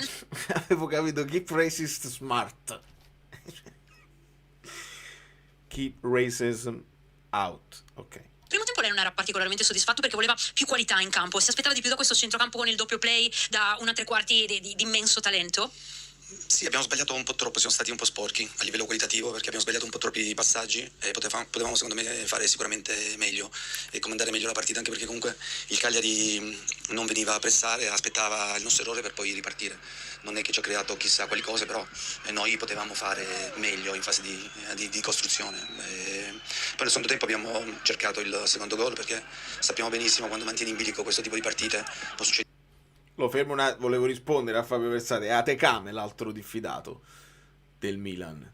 Quindi, insomma, sia Salemaker che Atekame è un tema perché sono uno la riserva dell'altro. Di tutto, una palla lunga, un calcio d'angolo, un rimbalzo e rischi una partita dominata di pareggiarla e di morderti le mani. Noi sapevamo l'importanza di questa partita, lo sapevano anche i ragazzi. Comunque andiamo alla sosta con 3 punti, aspettiamo che giochino gli altri, intanto portiamo altri 3 punti per la zona Champions. Come dico ragazzi, dobbiamo essere bravi, siamo stati secondo me straordinari in questi 7 mesi dove ci è capitato di tutto a rimanere nelle prime posizioni della classifica.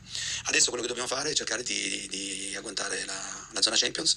Al tempo stesso dico sempre, guardiamo chi c'è davanti, perché deve essere comunque uno stimolo, anche al tempo stesso di non fare delle battute a vuoto, perché non ci vuole niente per essere risucchiati da chi ti sta dietro. Andiamo pigliando. Fabio Bazzani. Sì, ciao mister, ciao, buonasera, complimenti. Ciao Fabio, ciao. Ciao. Grazie. Quarta vittoria di fila che vi porta alla sosta, secondo me in una condizione oltre ottimale di classifica ma anche mentale. Ti chiedo se l'aggiunta di stasera è il fatto, dopo 11 partite, di tornare a non aver preso gol, mister. Se è un valore aggiunto che questa squadra mette dentro, oltre le 4 partite di fila. È chiaro che non Sì, è importante perché mantenere la porta inviolata, quindi fare una clean sheet dopo 11 partite in cui abbiamo preso sempre gol. Oggi ho visto un po' le statistiche e comunque il Cagliari non ci ha mai tirato in porta. Questo deve essere importante, perché riuscire a mantenere la porta inviolata, a difendere tutti quanti bene, perché io dico sempre bisogna attaccare in 11, compreso il portiere, e difendere tutti in 11. Dov'è C'è stata attaccato, grande applicazione, grande voglia.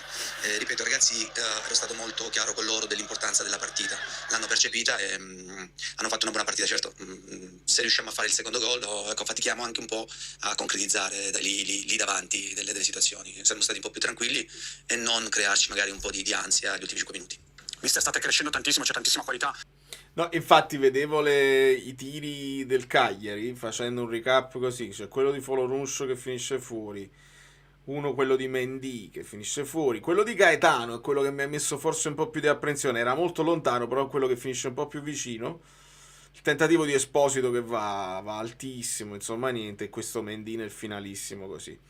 C'è stato anche un tentativo da lontanissimo, vedete la linea, quando Seba Esposito ha provato a sorprendere Milinkovic-Savic fuori dai pali. Scott a fine dirà KDB è un mostro. Ma tutti coloro che si stanno lamentando della prestazione e dell'assenza di cattiveria sono gli stessi che hanno visto il Napoli aggredire la partita e gestire buona parte dei 95 giocati. No, questa è giustamente l'altra, è la completezza dell'analisi, caro Giovanni, perché poi c'è tutto. Per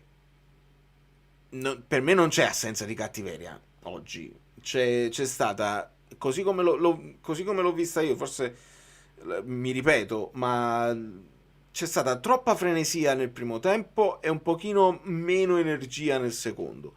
Non so se la minore energia nel secondo viene dalla richiesta di Conte di non forzare troppo la giocata, e fare la via di mezzo è complicato. Il Napoli è sempre meglio quando va forte e costringe l'avversario, però non è che ci sono state partite dove il Napoli ha concesso poi la palla all'avversario, abbassandosi tantissimo e concedendo molte più azioni manovrate che hanno portato l'avversario a fare delle situazioni, ti sei dovuto parare la palla, eccetera. Abbiamo concesso un paio di calcio d'angolo, qualche pallone spiovente, niente di che. È chiaro che tu da tifoso, chi poi vuoi vedere un pochino meglio, vuoi vedere magari una squadra che riesce a fare il secondo gol per stare meno in tensione, e semplicemente quando poi fanno uno spiovente tu non te la vivi con quel patè d'animo. Ma in questo momento va super bene, perché questa partita qua, avevo detto, io ce l'avevo paura, scorbutica, non si può accettare. 3 punti. Ovviamente è difficilissimo vincere tutte le ultime 8 partite, ma se il Napoli dovesse fare 24 punti, quindi chiudere 86, 4 in più rispetto alla passata stagione in cui avete vinto lo scudetto, ci sarebbe una percentuale di vincerlo questo campionato secondo lei? E se sì, qual è la percentuale? Beh, guarda, intanto mancano 8 partite, e sicuramente il rientro di alcuni calciatori che ancora è una cosa rientrare, è una cosa essere al 100%, no? Perché Frank Anghissà è rientrato dopo 4 mesi, lo stesso Scott si è fermato per un mese e mezzo, cioè non hanno ancora quella brillantezza nelle gambe. Ho visto molto bene Kevin De Bruyne, infatti l'ho lasciato per tutto il tempo della partita. No, è perché non voglio fare il tipo, cioè si era visto che l'impatto di Kevin nella partita già precedente, che poteva partire da titolare, rispetto a uno Scott che comunque aveva fatto bene i movimenti senza palla, ma comunque non era al 100%. Poi Wagyu, uno Scott al 50%, la palla vacante te la mette dentro, un buongiorno te la cicca. E là è questione proprio di avere dentro di sé, nel sangue, il gol che ti scorre, le stimmate di chi vede la porta e segna. Questa poi è la differenza. Se tu hai Scott che non sta in grande forma, lo butti dentro, perché poi queste partite si risolvono così alle volte, ed è comprensibile anche prendersi magari dei rischi alle volte che possono poi portarti a idem. Faceva giocare Alisson al posto di McTominay, non sapevamo se Alisson stava al 100% o meno. Se fa male Alisson avremmo detto ma perché non hai messo a McTominay sotto punta, segna di più. Alla fine è così. Lo stesso Lobo oggi ha faticato un pochettino, no? A rientrare dopo comunque due settimane di sosta. Noi abbiamo ancora da recuperare Rachmani, Di Lorenzo, e speriamo di poterli recuperare in queste ultime partite.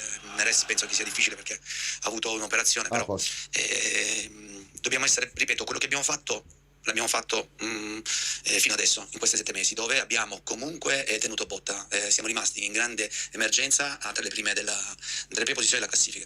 Adesso noi quello che dobbiamo fare è dobbiamo cercare di qualificarci in Champions, perché ho detto ai ragazzi che bisogna giocare la Champions, che è la competizione più importante, ma sappiamo che anche altre squadre vogliono farla. È inevitabile che poi guardi davanti, nessuno ci deve impedire comunque di guardare davanti e mettere. Noi oggi vincendo comunque abbiamo messo un po' di pressione sicuramente a chi ci sta davanti.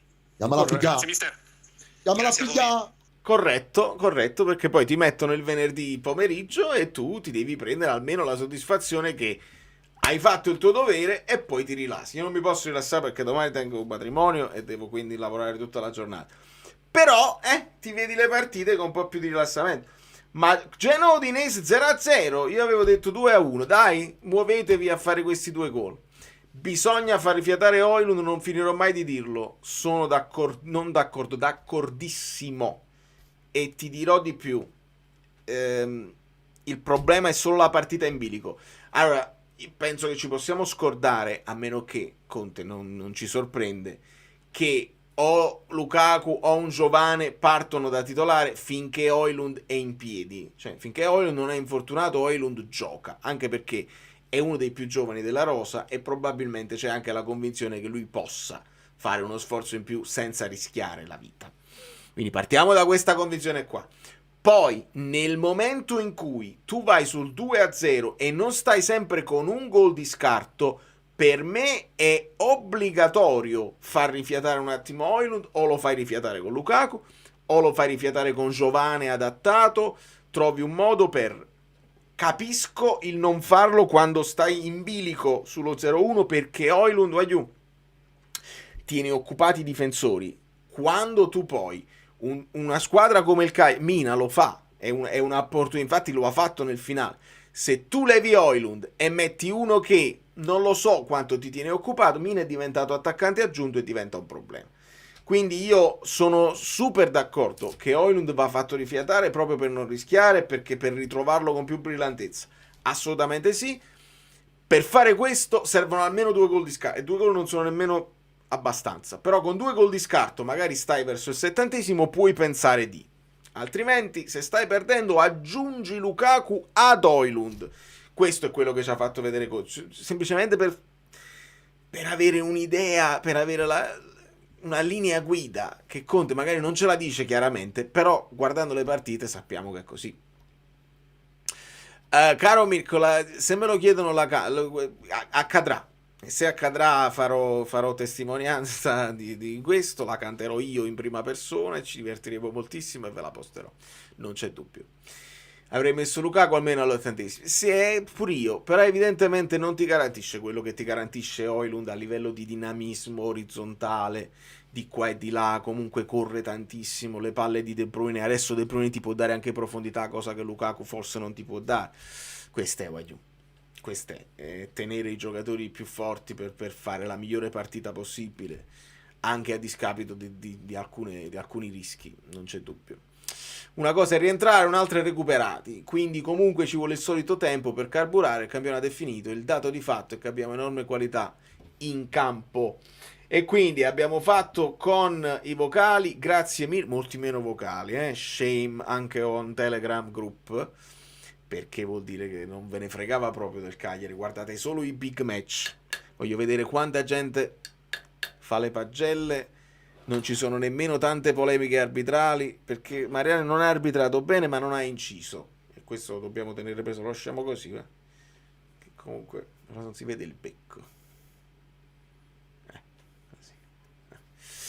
Quindi così con Scott McTominay, esatto, la musica napoletana resta sempre la musica. No, ma ti dirò, io spesso mi capita di fare degli eventi con sai, italo-americani che hanno magari la famiglia ancora di ultima di generazione, magari una o 2 generazioni nate in America e hanno ancora dei parenti italianissimi che quindi vogliono una band americana che possa fare tutte le canzoni americane, ma che se possono fare la musica italiana meglio.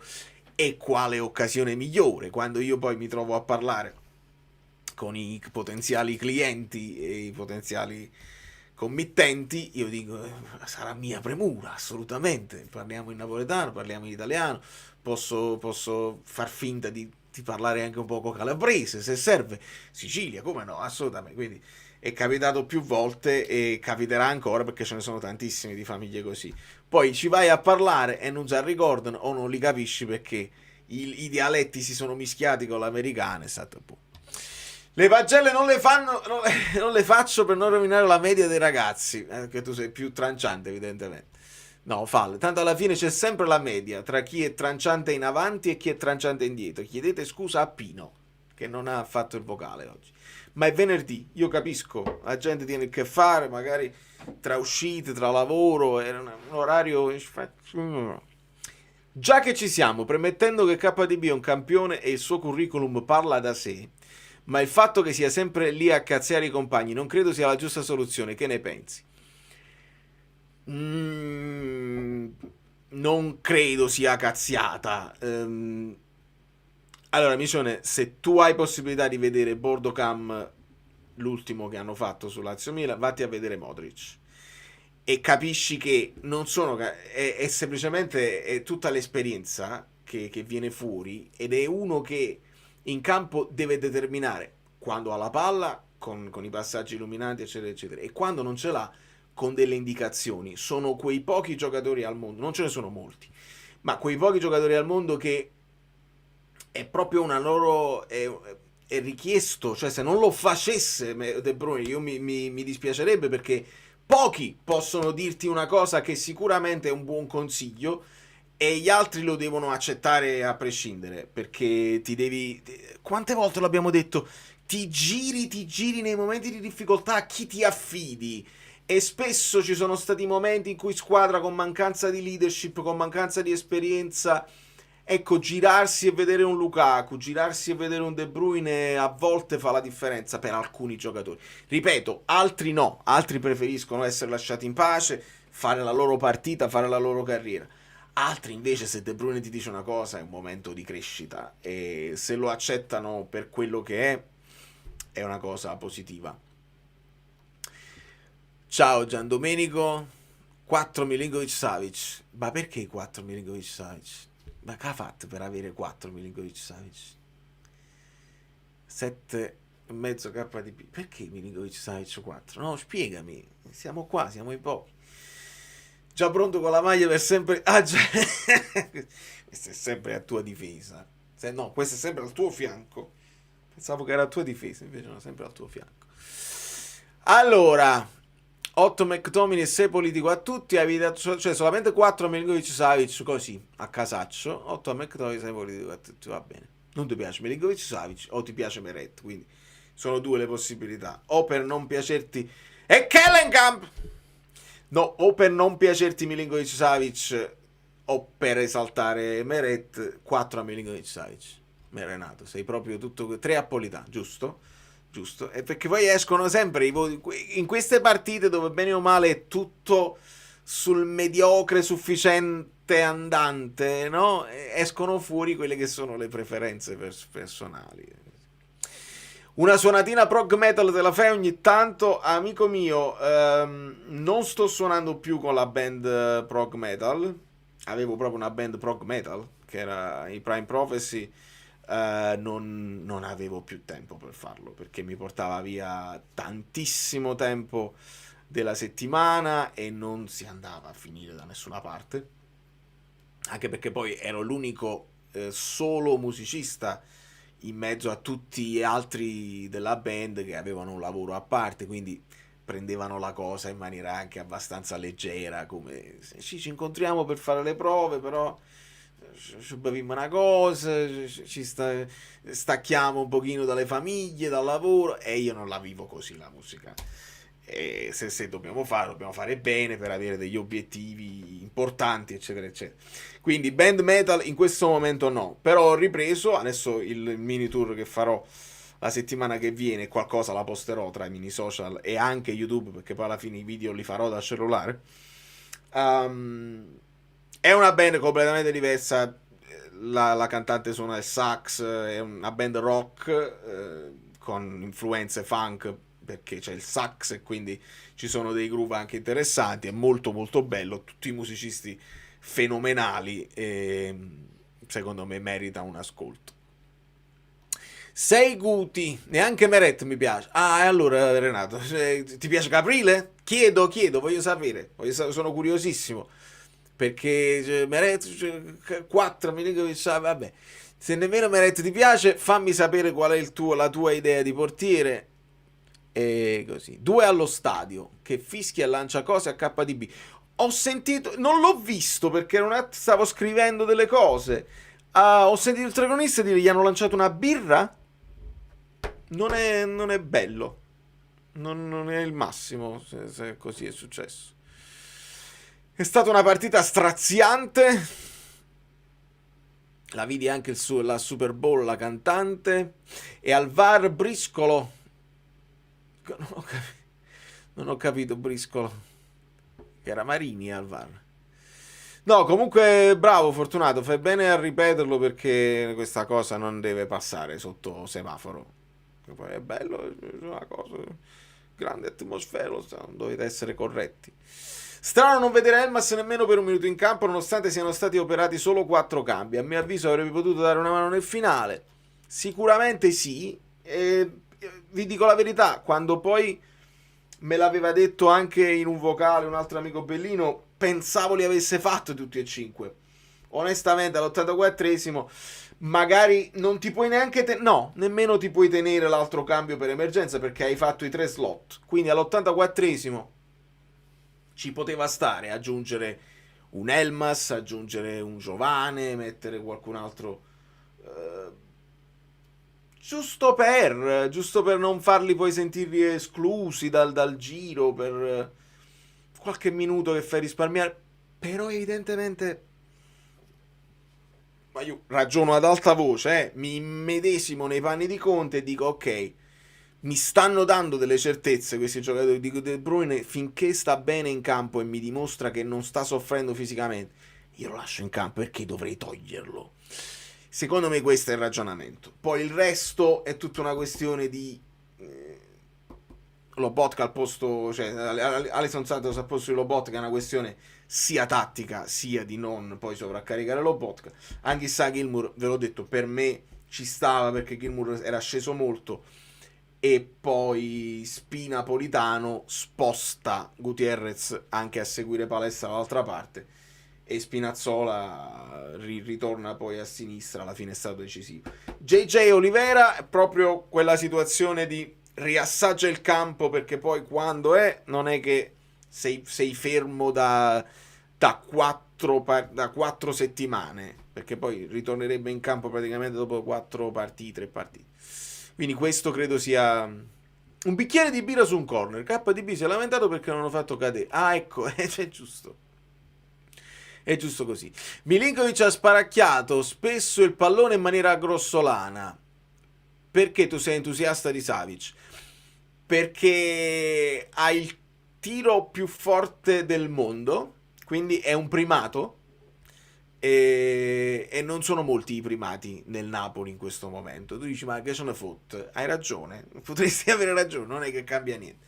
No, io sono contento di Savic perché ha parato dei rigori importanti, ci ha portato punti. Sono contento di Savic perché spesso è uscito dalla porta e, stando alto, permette al resto della difesa di stare alto con personalità. Alle volte esce e ti toglie castagne dal fuoco perché non ha paura di uscire. Non sono contento di alcune parate che poteva fare e che non ha fatto. Con i piedi lui è molto più tranquillo di altri portieri. Oggi ha sparacchiato dei palloni che gli hanno dato sul sinistro, e che ci siamo anche abituati che Savic anche col sinistro è perfetto. Quando gli danno il pallone, al primo pallone, il lancio che fa verso gli attaccanti lo fa anche col sinistro indipendentemente. È un'eccellenza, non è una cosa normale. Gli hanno dato dei palloni indietro a Savic molto, molto defilati, non perfetti, e quindi la sparacchiata è meglio di un controllo rischioso che poi ti fa arrivare l'attaccante addosso. Questo è Savic. Meret, altro portiere che viene attaccato per qualsiasi situazione, perché a prescindere bisogna attaccare Meret. Non sono d'accordo. Meret è capace di grandi parate. Meret è anche lui un pararigori, forse come media ne para di più lui che Savic. Non mi riesco a lamentare più di tanto dei portieri, tranne quando fanno delle cose che si vede che potevano fare meglio, e lo diciamo senza l'ideologia di da essere Meret o da essere Milinkovic-Savic, o la terza via, che è quella preferita su X. Caprile, doveva essere Caprile, perché abbiamo buttato soldi su Savic che teniamo a Meret. Caprile, rimpiangetelo voi. Questa è la mia cosa, perché non Caprile mi dà l'impressione di Sepe, proprio di Luigi Sepe, un portiere che tecnicamente validissimo, che però quello step poi da grande squadra non l'ha fatto mai. Caprile ha deciso di andare a giocare perché a Napoli il secondo non lo voleva fare, gioca, va benissimo, però io non lo rimpiango, onestamente. Esatto, Genoa 0-1 e Kellenkamp ha segnato, e non mi trovo con la mia cosa, perché avevo detto Atta e avevo detto anche Malinowski e Messias, quindi vedi, il tipster le ha sbagliate tutte. Ha il Genoa un 25-30 minuti per fare i 2 gol che servono, altrimenti poi andiamo a vedere Chi tengo contro a Fantacalcio? Allora posta qualche video dei mini tour con la nuova band, la cantante con i capelli magenta sono il sax, esatto. Poi torno in modalità tifoso. No, è corretto quello che dici. Anche per quel tiro cross inutile, anche se era teso, è uscito con le mani molli. Ma là la parata! Ho capito quello che dici. E addirittura è andato indietro nel centro. No, lui la para là. Il tiro cross teso, perché poi è uscito pure un pochino a mazzo, la poteva parare meglio, ma comunque l'ha respinta. Perché quella non deve essere una parata di una cosa così? Io ho visto Politano che l'ha ribottata all'indietro dopo un intervento non perfetto di Savic. Hello? You good? You're cold? Oh. Welcome back. La moglie è tornata. Che passaggi fa KDB? Bellissimi, da morire, e me li godo. Nel dubbio io me li godo. Babbi, vieni a salutare gli amici. Andate, bella, è bellissima. Mangiare? Adesso si ha fame? Yeah. Almost done. I don't know, I'm waiting for Guido, but Guido is not... Ooh, Too bad. the static. Like touching you. Yeah, whatever. E quindi dove eravamo rimasti? La respinta è arrivata a centrocampo. Quell'altra respinta che fa, esatto, ma Fabio sta parlando di un altro tiro. Ti salutano, Babbi. Hello. Su quel cross da destra che ha fatto KDB con la sovrapposizione ho pensato è gol. Mamma mia, là doveva essere gol.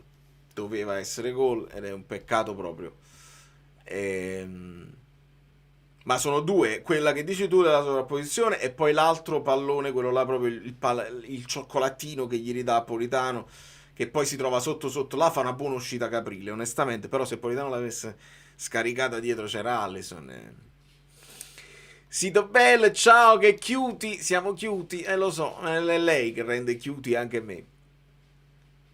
Phoenix, me lo sono scritto, sta qua, vedi, 79esimo, farà parte dell'analisi, l'ho sottolineato in azzurro, farà parte dell'analisi perché non facciamo, deve stare sempre una mano un po' più alta dell'altra. I Maldini i like per Maldini, dai, grazie Angela, sempre dolcissima. Conte si sta fomentando lentamente per la remontata possibile. Mamma mia, speriamo, anche se è un'utopia.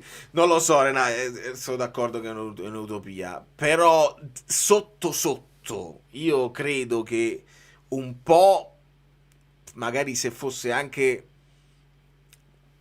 Conte ha detto una frase che forse è passata sotto semaforo, ma che va mantenuta in alta considerazione. Conte ha detto, io porto aspettativa.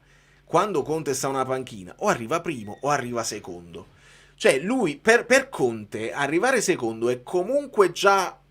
è scontento di arrivare secondo. Arrivare terzo non è comprensibile. Quindi, teniamo presente che lui deve portare avanti sempre un discorso di... La Champions è importante perché risponde ad Allegri, che per tutto il campionato ha detto no, dobbiamo entrare solo in Champions, non c'è nessuno scudetto. E quindi Conte sta rispondendo a questo. Ma Conte c'ha i pruriti, non vuole arrivare terzo, non vuole uscire col pericolo che terzo puoi diventare quarto da un momento all'altro. Conte vuole mettersi davanti, possibilmente al Milan, e se l'Inter inciampasse deve farsi trovare pronto, perché quella è la mentalità vincente. Poi io non c'è niente da fare. Poi io da tifoso non voglio illudermi, perché poi se mi illudo ci resto male.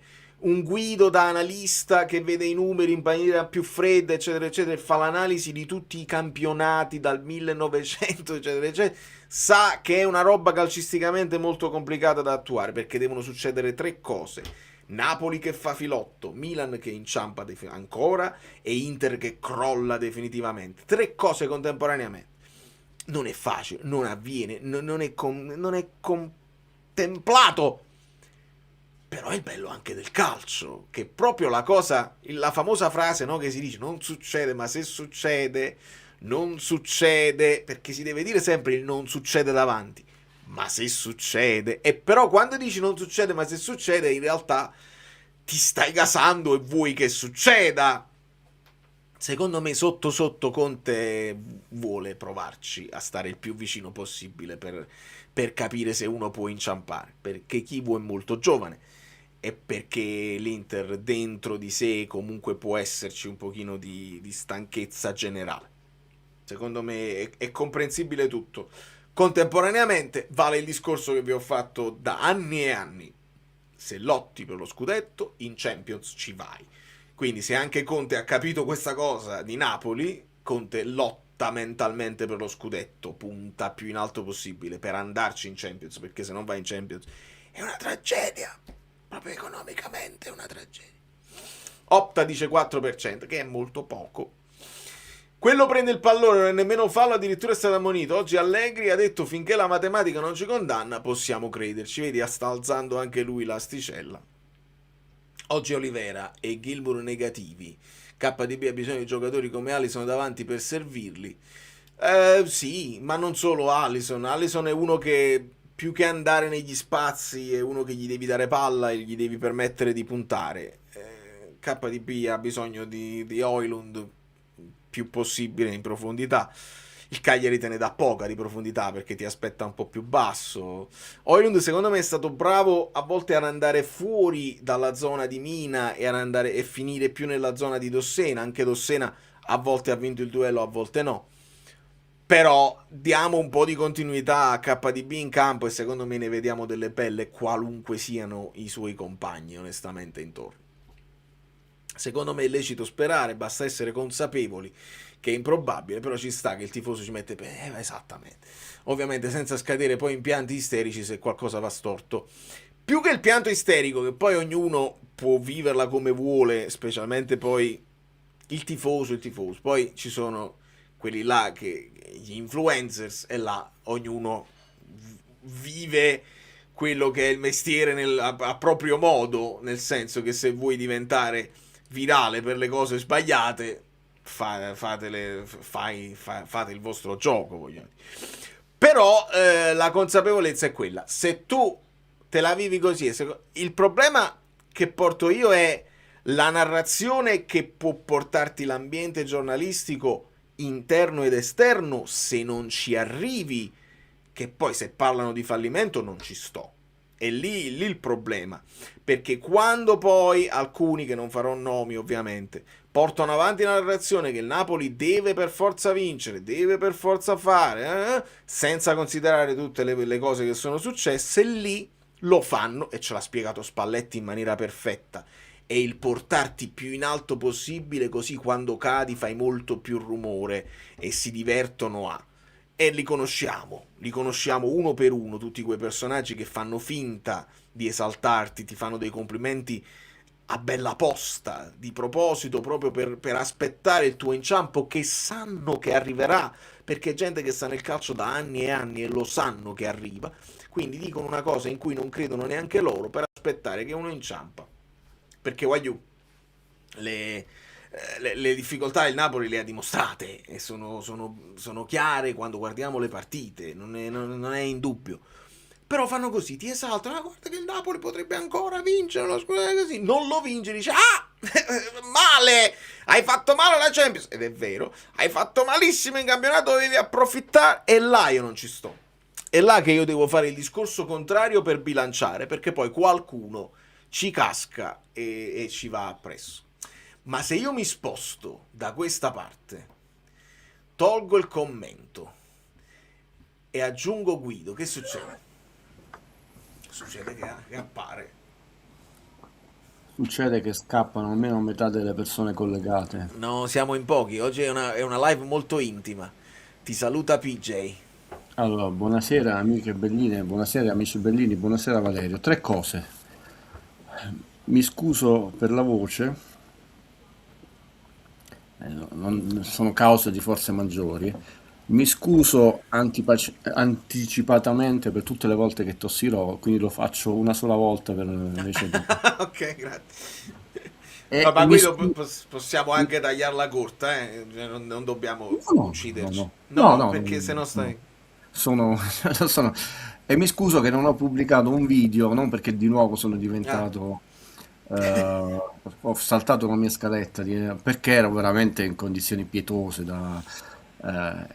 e in esportazione, almeno il commento agli Oscar subito dopo la live di Valerio lo trovate, cioè è già montato.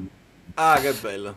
Eh sì, volevo fare una battaglia dopo l'altra, ma la settimana scorsa sono stato in condizioni pietose. Quindi queste tre scuse erano dovolose. Quindi cominciamo, Valerio, sono tutto A vostro. posto. Cominciamo. Partita brutta, si può dire. Guarda, io quest'anno non sono stato colpito dal buonismo veltroniano e non diventerò, risulta triste, ma oggi sono molto arrabbiato. Io spero che Conte, insomma, guardi negli occhi i giocatori, mi sembra che si siano presi una giornata proprio di vacanza, non Mm. c'erano con la testa. Io non ho mai accettato questi luoghi comuni, mancanza di stimoli, la tessera già al Real Madrid, queste cose qui, però proprio una caterva di passaggi elementari, diventa difficile anche tatticamente valutare la partita. Noi spesso siamo riusciti a trovare cose buone che poi sono diventate soluzioni interessanti nel corso del campionato, sbavature che sono diventati elementi di crepe, di sbavature che ci sono costati punti. Oggi ho visto proprio una squadra, vabbè, ha segnato subito al primo minuto, uno dice, però sono stati 95 minuti inguardabili. Io non vorrei che sia questo limbo che sai che non vincerà il campionato, sai che comunque un minimo di margine per la Champions ce l'hai e la Roma sembra aver rotto come il trotto. Questo è già uno spunto. Può essere che questo poi porta Conte ad alzare un attimo l'asticella e dire abbiamo messo un po' di pressione sia davanti che dietro. Sì, beh, con noi la sconfitta proprio scippata di Bergamo cambia tutto, bastava quella e la vittoria col Verona, ci prendiamo la Juve, il 3-0, il Parma che c'era, ci prendiamo tutto, ma con l'Atalanta ha cambiato molto e lì invece torniamo indietro, è stato bravo Conte a tenere la squadra nel campionato perché si è vista una resa, si è visto dopo il gol annullato. Però diciamo oggi il Napoli è proprio brutto, brutto, brutto, brutto, brutto, brutto, brutto. Vedremo, chiaramente un Napoli così ehm, costantemente impreciso nelle giocate, pur avendo scelto di giocare sotto ritmo, quindi non è che dici, sai, siccome giocavi a 1000 è più facile sbagliare qualche tocco quando comunque i ritmi sono molto elevati. No, col Ma hai Milan devi visto fare... frenesia nel primo tempo? Ma più...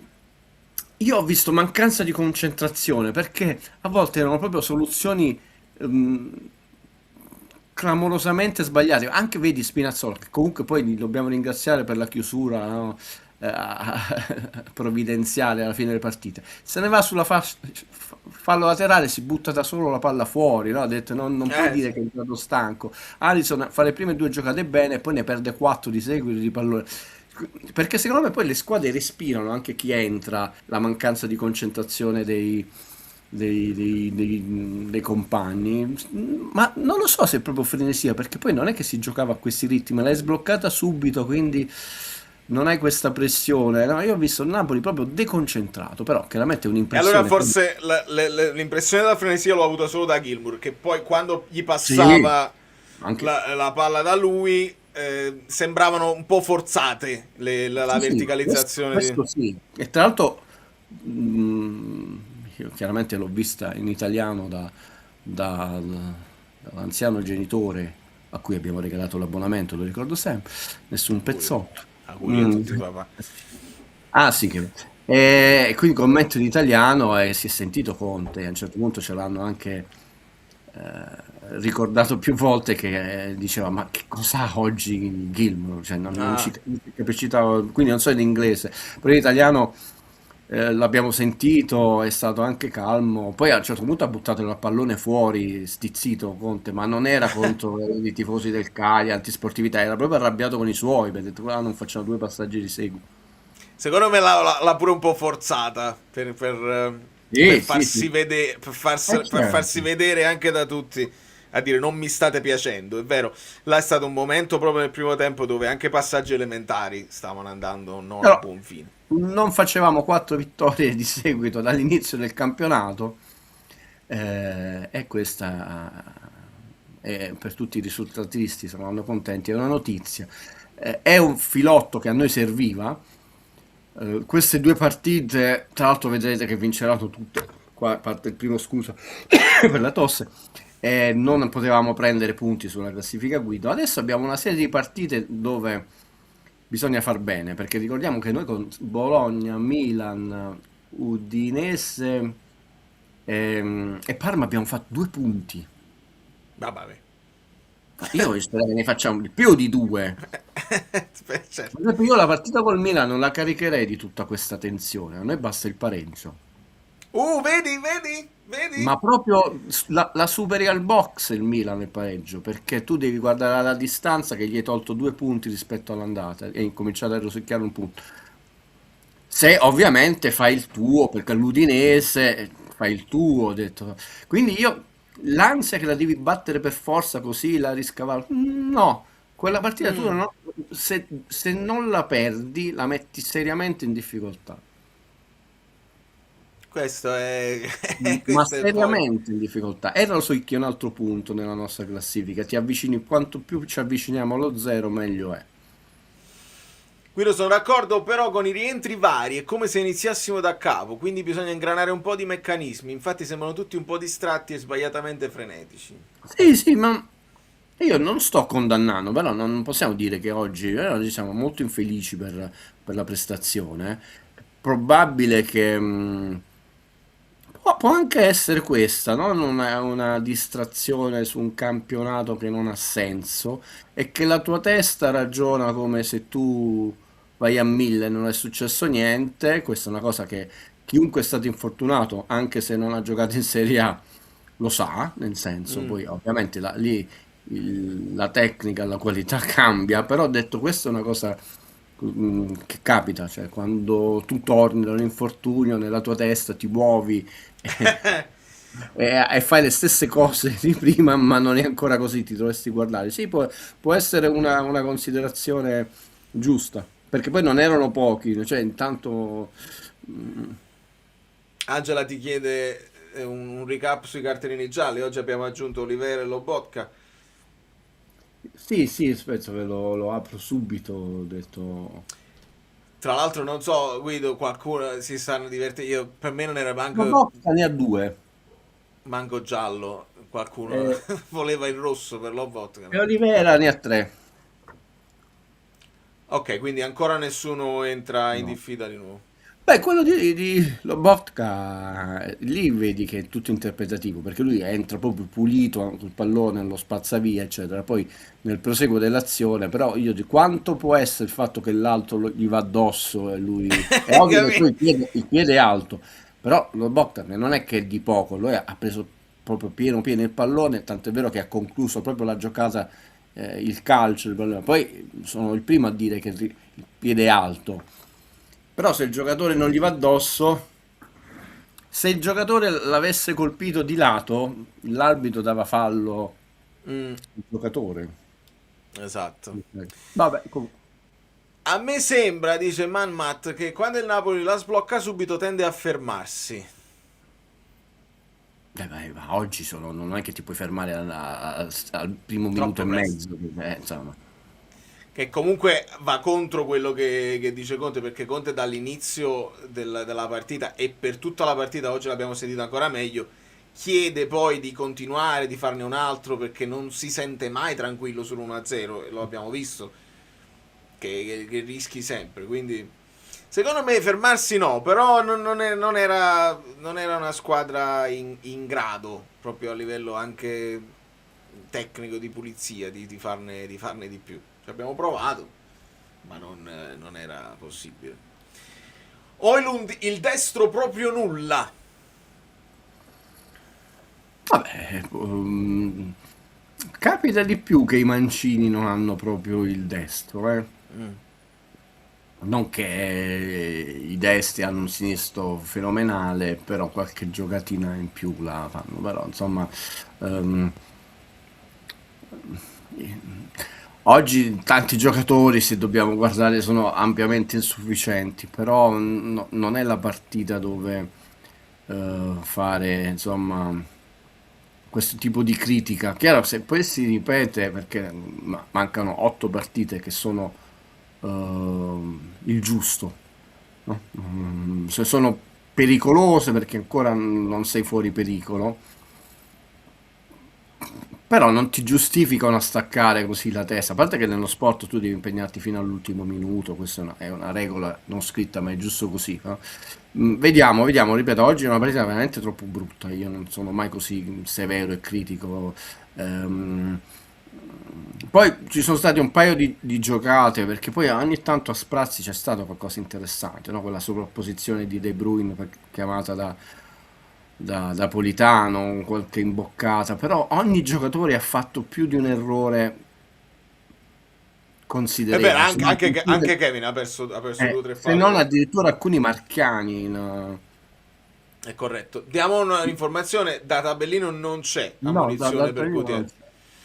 E lì ci poteva stare da sì, regolamento. In quel caso, assolutamente. Mariani Non abbiamo nessuna. Tra l'altro, una delle sfide nella sfida che più interessante è stata proprio Gutierrez con Palestra. Non so come l'hai vista, l'ha tenuto abbastanza bene. Ma io ho una mia idea, e che ovviamente è solo mia e so che non è manco minoritaria, ormai è una, cioè, se manco- che se il Napoli dovesse, ti rispondo su cui arrivare nelle prime 4, è solo una questione di prestigio, secondo, terzo, quarto, però ai fini della qualificazione Champions, secondo o terza, cambia poco. E Conte rimanere sulla panchina del Napoli l'anno prossimo sarebbe una stagione eccezionale. E ti rispondo al Guti, perché diventa una palestra, cosa sembra ironico, per Mm. la stagione successiva. Cioè adesso ogni partita, i giocatori che dovevano fare meglio all'inizio hanno avuto difficoltà, quelli però che sono rimasti significa che caratterialmente e come qualità tecniche e tattiche se lo meritano.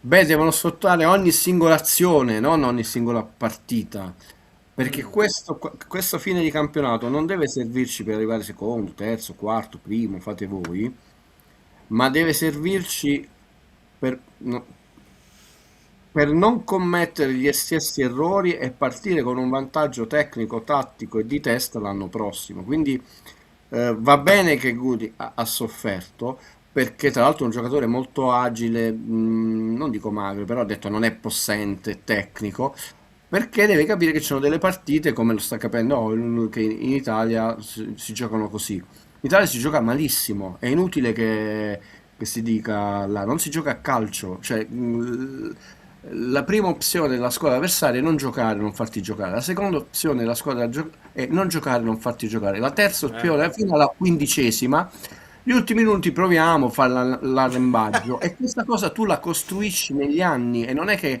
arriva Carnessa, si dice una cosa e adesso cambiamo l'altra, ve ne siete accorti troppo tardi perché sono anni e anni e anni e anni di partite. Adesso hanno la preoccupazione che il tennis, che fa sempre più ascolti, ma come fai a rivaleggiare col tennis? Ma le state vedendo le partite di tennis? Ogni partita sembra superare quella precedente come spettacolarità, come rivalità, come anche difficoltà di interpretare il risultato, no? Perché Sinner ha vinto, però 7-6, 7-6 a Indian Wells.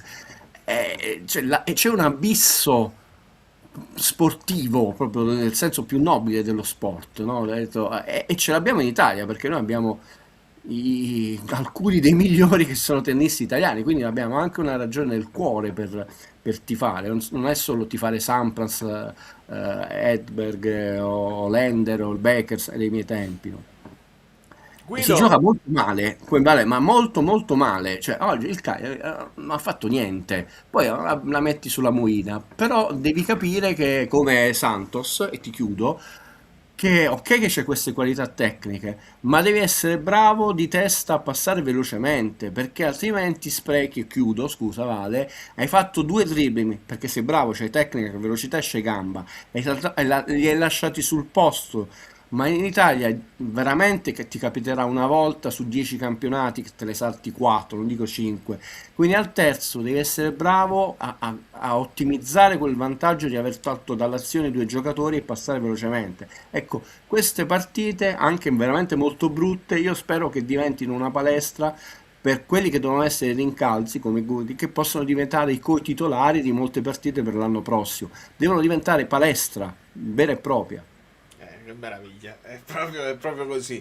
Tra l'altro è un discorso che mi hanno mandato l'approfondimento di Sky con Boban, Capello, Del Piero successivo insomma alla debacle delle italiane in Champions, e il mio primo commento è stato: serve proprio una rivoluzione culturale in Italia, cioè perché proprio è il concetto che va bene che ci aspettiamo tutta la partita così e poi facciamo il forcing, che ci ha portato poi alla fine a non giocarcela e a stare molto indietro rispetto a tutti i campionati, e non sono solo i primi 5 campionati dove noi vogliamo affannarci che siamo meglio della Liga 1, meglio della Bundesliga.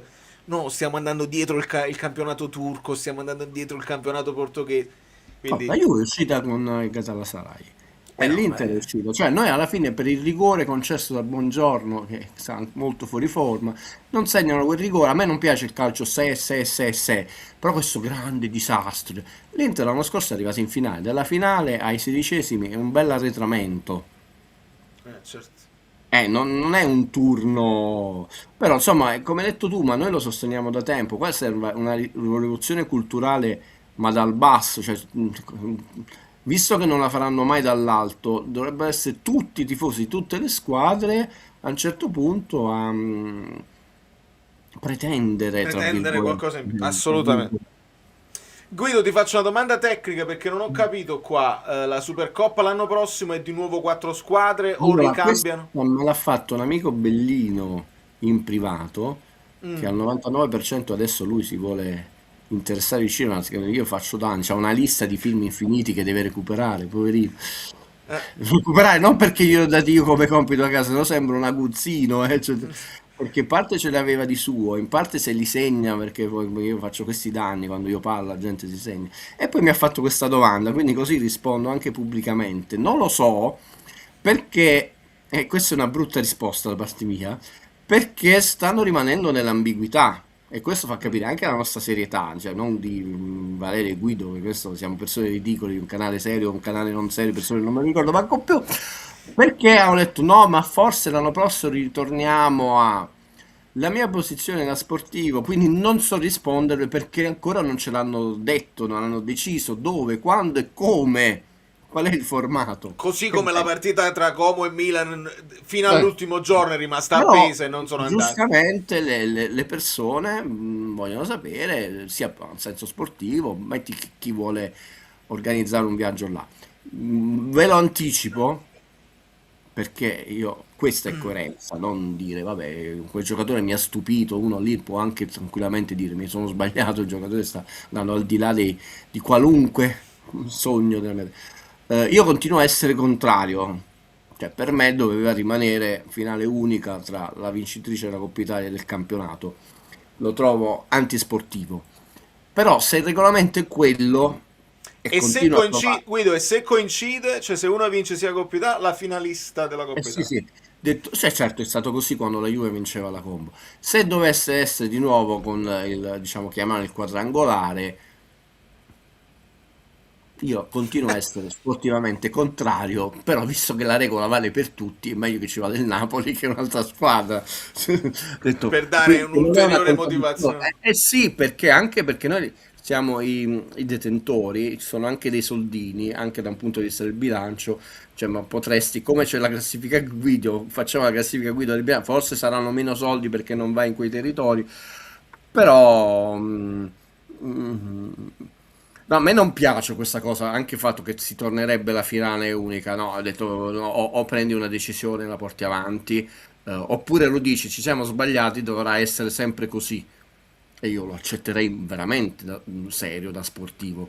E questo fatto che non stanno decidendo è veramente molto brutto, perché non C'è esiste la Marotta League, e non esiste quello, non esiste quello, come si chiama là? Va al Forse non c'è Napoli, la fila per vedersi questa Supercoppa. sì, e se vai al Napoli dico no, finale unica. E poi ovviamente determinati colleghi che lo sai come sono, no? Il complotto, eccetera, eccetera.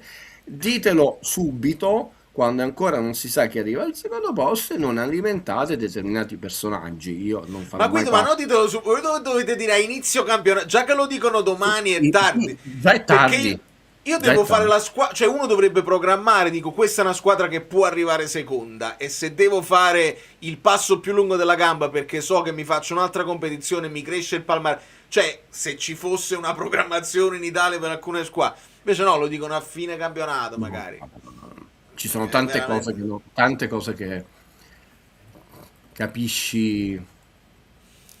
Murales, un altro dei temi che è uscito oggi, è stato completato il Murales di Jolit al stadio, all'esterno dello stadio Diego Armando Maradona. Jolit ha confermato che non sono scelte sue, ma che ha fatto un sondaggio e quindi una scelta popolare, non esclusiva. E Renato dice: con l'esclusione di Ciro Ferrara da Murales abbiamo perso un'altra occasione di crescita. Questa è la dimostrazione che non è arte, è propaganda. E così mi sono reso antipatico pure da...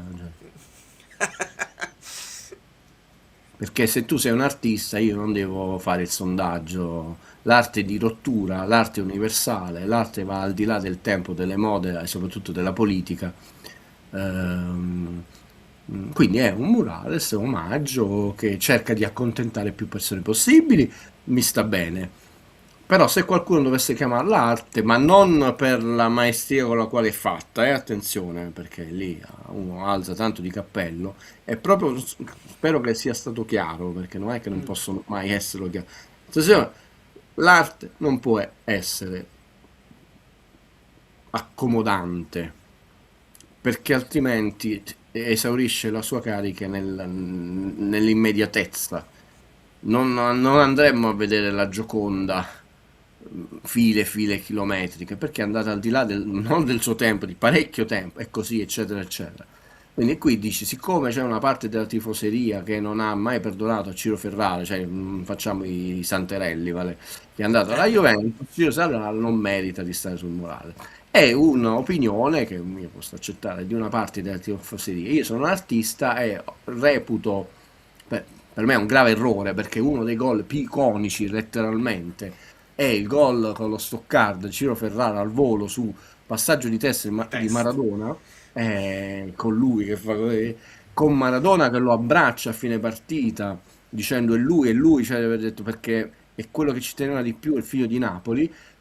E quindi vale più Maradona, che voi dice Maradona, o la popolazione che ha i studenti Ciro Ferrara, che fu venduto perché doveva fare soldi il Napoli ed era un pallino della Pocataglieli, e la Juve si è sempre preso i migliori giocatori del Napoli, da Zoff, eccetera, eccetera, eccetera, eccetera, senza farsi l'elenco salviniano. La mia opinione è questa, e spero di averla motivata, quindi nessuna antipatia per l'uno o per l'altro. Va bene, diciamo, non è una questione di occasione persa, secondo me è molto più sofisticata l'analisi, molto più grave. Guido, io mi sono segnato Ma ce l'hanno fatta vedere, io eh, sì, pure io ce l'ho segnato. 79esimo, ce lo siamo segnati, ce lo rivediamo in diretta, ma grandi replay no, ho visto solamente che Ognus stava proprio, se l'è tirato, non riusciva a respirare e ha chiesto ma niente proprio, quindi aggiungiamo a tutte le mazzate che Ma sta ormai facendo. so che quando non ci fanno vedere una cosa, qualcosa è successo. Però visto che Oggi, non ci sarà oggi, ausilio di altri no, contenuti. oggi svariati falli non gli hanno fischiati. Poi quando era metà e metà, ormai lo sappiamo. Ah, grazie. C'era pure Zoff, è andato, infatti Guido l'ha citato. Se per maggio ci sta, maggio viene da Furia, è sposato la città oltre che la squadra. Sì, vabbè, ma è chiaro, poi ognuno vede ha dei propri idoli. Per esempio, uno può dire Gulam non ha fatto moltissimo, però Gulam si è meritato, secondo me, nel cuore dei napoletani uno spazio importante, per me, più per quello che ha fatto più fuori dal campo, per come ha parlato di noi, per come ci ha rappresentato e ha parlato con il noi anche quando non era più nostro tesserato, e rappresenta eleganza, rappresenta veramente un modo anche di vivere la vita e di dire certe cose che vanno al di là del calcio. Quindi Gulam, per esempio, se l'è meritato così. Poi ognuno di noi ha dei desideri, e essendo solamente 11 qualcuno resta fuori. Ah, posso dire una cosa, qua stoppami dopo 1 minuto e mezzo perché sarebbe un discorso Ok. complessissimo, quindi metti il cronometro intellettuale. È fondamentale, non sto scherzando, confrontarsi non solo con più persone possibili nella vita perché ti allarga l'orizzonte, ti fa capire che ci sono più punti di vista, non solo il tuo, e quanto sono bravo a non dire più quel quartiere, con le persone più giovani. Per Cioè, esempio, c'è un- l'inutile Fausi Gulam. Non è e inutile per chiudo, te, no, per un me. collega che di un'antipatia che non voglio citare, fa riferimenti e che hanno detto che i cantanti, ti faccio un esempio. Da quanto tempo non sento in radio una canzone dell'Arian Pranksor Project, che insomma un gruppo che non è stato progressista, rivoluzionario. Allora, il problema è che è difficile avere un orizzonte il più ampio possibile e questo lo puoi fare avere quando non solo sei intellettualmente onesto e tutti quelli che dicono di esserlo spesso non lo sono, ma quando ti confronti con tante persone. Se tu vedi, a parte Giuliano, insomma Maradona, sono quasi tutti giocatori del Napoli nuovo. Poi ovviamente Bruscolotti, perché andando tante volte in tante trasmissioni televisive non si è perso il ricordo di Bruscolotti, ma ci sono tanti campioni nel Napoli che meritavano di essere rappresentati e non ci sono, perché comunque, per esempio, visto che viene sempre citato il Napoli di Vinicio, non c'è Vinicio, che è stato sia giocatore che allenatore. Ho chiuso, sono andato oltre 1 minuto e mezzo. No, ma Andrebbe, no, è corretto, puoi andare avanti, perché no, non lo è dico, iconico. andrebbe argomentato questa cosa qui. Mm. Voglio spiegarmi, il mio non è un attacco a nessuno, semmai a dire io sono kubrickiano, sempre, sarò sempre kubrickiano, che è un grande, cioè Kubrick quando prese, mandò il videomessaggio, perché non si muoveva il premio alla carriera intitolato da David Ward Griffith, ci insegnò che avevamo sempre visto la parabola di Icaro come nella maniera sbagliata, non era l'arroganza di Icaro che si avvicina troppo al sole, perciò si bruciano le ali e cade, ma era in realtà una sfida, costruiamo alle migliori. Allora abbiamo tanto spazio, ma perché limitarci a 11? Ah, bellissimo, bellissimo. Molto bello. Cosa ne pensate delle convocazioni dell'Italia? Riuscirà a battere l'Irlanda del Nord? Io l'ho recuperata giusto per... La facciamo anche vedere in rete, così facciamo quelli là bravi. Di conseguenza me la mando nel computer e le commentiamo. C'è stato un po' di polemica, dice vabbè, ha scelto il gruppo. Cosa che... Qua devi scegliere il gruppo, Valerio, non è che puoi fare la sperimentazione, o passi o non passi. No, perché qualcuno diceva magari a livello di come si dice, di meritocrazia meritava un Bernardeschi, una cosa. Uno avesse detto guarda, tu tenevi Gianfranco Zola e non l'hai convocato, onestamente Bernardeschi che ha fatto un paio di partite così, quindi non ho capito. Comunque mettiamo in sovraimpressione le convocazioni e possiamo, giusto per sfizio, visto che Napoli-Cagliari è poca roba, onestamente, mettiamolo in grande, se no togliamo la metti in faccia. grande io, la mia faccia è brutta. Allora, Caprile, Carnesecchi, Donnarumma, Meret. Vicario, sappiamo che sei infortunato. Nulla da dire, cioè. Nulla da dire perché tanto Donnarumma la da giocare. E credo che il secondo sia in questo momento Carnesecchi, che mi sembra almeno con più continuità, perché Meret sta giocando e non giocando. E Caprile oggi l'abbiamo visto, io ho questa idea che Caprile non lo rimpiango, non so tu che ne pensi qui.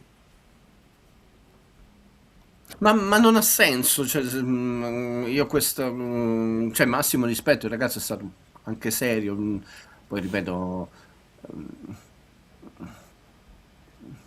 devi andare avanti, cioè devi costruire il futuro, non ha senso rimpiangere. Io ho capito che intendi, cioè, non è Zoff, non è Castellini, sono d'accordo, semmai. Cioè, Poi, rispetto a Milinkovic e a Meret, non vedevo poi ma un che- salto di qualità. Sai, se tu quando la Roma ha dato via Ellison e il Liverpool si è sistemato per la vita, allora quello tu lo rimpiangi, no? Tra l'altro la Roma, mamma mia, ogni portiere che prende è il più forte del mondo. E lì ti... No, no, ma io ho capito Essere perfettamente sfilato. quello che intendevi tu, nel senso, io ho detto però andiamo avanti perché, come hai detto tu bene prima sulle convocazioni della nazionale, non è che diciamo è Van Basten, diciamo Van Basten anche se un po' infortunato io lo devo convocare per non citare sempre solo i giocatori del Napoli. Prosegui, Don Chiaro. Valerio. Difensori, Bastoni. La polemica, Buongiorno, Calafiori, Cambiaso, Coppola, che è stato probabilmente il nome che ha sorpreso un po' tutti, Di Marco, Gatti, Mancini, Palestra, Scalvini, Spinazzola. In questi difensori ovviamente ci sono anche gli esterni, perché da quello che sembra si dovrebbe giocare 3-5-2 di base, credo. Vabbè, puoi mettere uno in più, uno in meno, però poi quelli sono i giocatori, tra l'altro, cioè, almeno... Poi a volte il rendimento nazionale, per esempio, di un Di Marco è inferiore a quello che ha nell'Inter, no? Però ho detto, dicono che è il più forte, bastoni e bastoni, Califiore che sta facendo un gran campionato, Buongiorno si è ripreso, cioè non c'è nulla di scandaloso in queste Esatto, condizioni. dicevano solamente Coppa perché mi pare che non sia nemmeno titolarissimo nelle partite, perché poi ha fatto un paio di giri anche all'estero, ma mi pare che sta al Paris FC, non sono sicuro. Centrocampisti, Barella, Cristante, Frattesi, Locatelli, Pisilli, Tonali. Tonali che è stato convocato nonostante un problemino che ha avuto nella Champions, ma a quanto pare non abbastanza da tenerlo fuori. L'unica cosa forse sono un po' pochi, anche se sono solo 2 partite, io ho messo un centrocampista in più, un difensore in meno, però insomma ci possono stare. Tutto sommato sono, se giochi col centrocampo a 3 hai almeno un sostituto per ogni... anche qui nulla di clamoroso.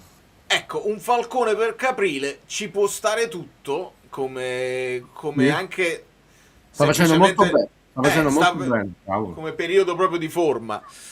Però hai capito, stiamo parlando di un quarto cioè, secondo me, e mi dispiace dirlo perché poi sembra che facciamo i tipi che in queste convocazioni valgono un pochino anche i procuratori, valgono le amicizie che c'hai dietro, perché il quarto portiere quanta incidenza potrà mai No, avere? gioca Donnarumma, poi gioca Donnarumma, poi gioca Donnarumma, poi gioca Donnarumma, poi gioca Donnarumma.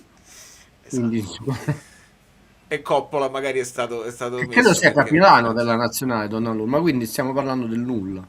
è chiaro, è chiaro. Dicevano ovviamente, chiedevano di Vergara, Vergara è infortunato, ne avrà ancora per un po', quindi secondo te senza l'infortunio Vergara sarebbe stato preso in considerazione? Forse no. Io credo che loro abbiano parlato. È una bella domanda la tua, Valerio. Ci possono essere tante ipotesi, riduciamoli a 2. Signore e signori, ipotesi, nessuna. La prima, che il colloquio personale Conte ha voluto sentire se comunque se la sente, in questo caso sarebbe sentita. È chiaro. Perché comunque non è la prima convocazione, una convocazione per una qualificazione, cioè sappiamo il peso, no? L'Italia non va ai mondiali da un sacco di tempo, quindi un eventuale anche passaggio sbagliato, tu hai veramente tutti gli occhi addosso perché ne ha convocato, oppure in caso dice io adesso non ti convoco perché non posso rischiare, non vederla come una bocciatura perché tu sei il futuro della nazionale, ti sto spiegando, quindi ti sto coccolando, non ti deprimere, non ti sentire bocciato, non ti sentire sminuito, ma ci sono dei passaggi, visto che noi abbiamo veramente non possiamo sbagliarla questa qualificazione già di base, perché l'Italia è una nazione che ha vinto 4 volte il mondiale, dovrebbe comunque andarci ai mondiali, ma che non va la terza volta di seguito, cioè non devo manco spiegarlo io a voi che siete bravissimi e bravissimi. Quindi ci potrebbero essere queste due ipotesi lì, hai detto, e secondo me, conoscendo l'intelligenza umana, che ne dicono alcuni, e la sensibilità di Gattuso, può essere andata così. Poi si è fatto male veramente, quindi Gattuso si sarà incacchiato e basta, perché poi casomai ha detto, visto che c'è qualche infortunato di troppo, ho detto io intanto me lo posso convocare. Quando si vanno male tu non lo puoi convocare e basta, quindi lì si... È chiaro. E quindi in attacco, adesso prendiamo i messaggi che ognuno, adesso completiamo la cosa perché stanno dicendo tutte le altre possibilità. In attacco Chiesa, che è la sorpresa, Pio, Dio, Esposito, Ken, Politano, Raspadori, Reteghi, Scamacca. Quindi se Vergara poteva essere una possibilità, fatto fuori lui, Chiesa finalmente ha accettato, perché quello che ci ha fatto sapere Gattuso è che lui l'aveva chiamato ma che non se la sentiva. Mo cosa è cambiato? Perché Chiesa non è che ha cominciato a giocare nel Liverpool, è comunque un panchinaro senza tante partite nelle gambe. Io ve lo dicevo, grande bluff. Due cose da dire. La prima, che noi abbiamo avuto un periodo di buco molto serio in campo portieri, che non abbiamo patito perché avevamo Buffon, che non solo era molto forte, poi tranne quel periodo che si è operato la schiena ti ha garantito totale continuità. Però la nazione dei portieri abbiamo avuto un periodo dove non abbiamo sfornato portieri.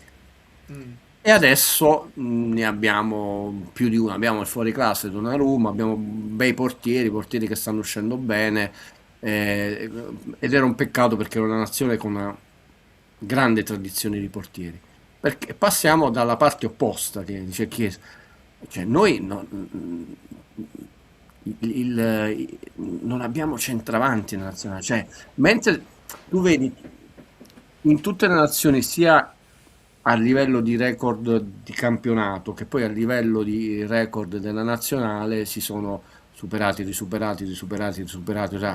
noi siamo ancora ai 25 gol, il record della nazionale del marcatore, ma andate a vedere chi l'ha fatto, di quanti anni è, di quanto resiste. Cioè, sì, Raspadori, un buon giocatore, però ragazzi abbiamo un problema centroavanti o attacco serio, cioè poi Chiesa non ti cambia la vita, lo convochi perché stai veramente alle pezze, però questo, cioè, tu vedi Harry Kane ormai è il leader dei gol, ma prima non lo era, e tutti i grandi attaccanti di adesso hanno superato i record delle loro nazionali. Il record della nazionale italiana 25 gol, cioè il marcatore assoluto di tutti i tempi della nazionale italiana, se ben ricordo, poi potrei ricordarmi male, e questo ti fa capire che abbiamo un buco ormai generazionale da tanti anni. Gli stessi Immobile, eccetera, non hanno mai fatto così bene in nazionale, e questo è un problema. Che si Immobile è ricordato a livello internazionale per una simulazione. Sì. Perché lui stramazza al suolo, poi l'Italia segna, lui si alza improvvisamente per andare a esultare con i compagni. Ve lo assicuro, io che vivo su X e vedo molto più contenuto dall'estero che dall'Italia, se lo ricordano così Immobile. Sì, ma è quello che... Keane vive di rendita l'anno scorso grande stagione di Ken ovviamente, però già quest'anno per esempio molte più le occasioni, molti più XG che non i gol fatti. Sì.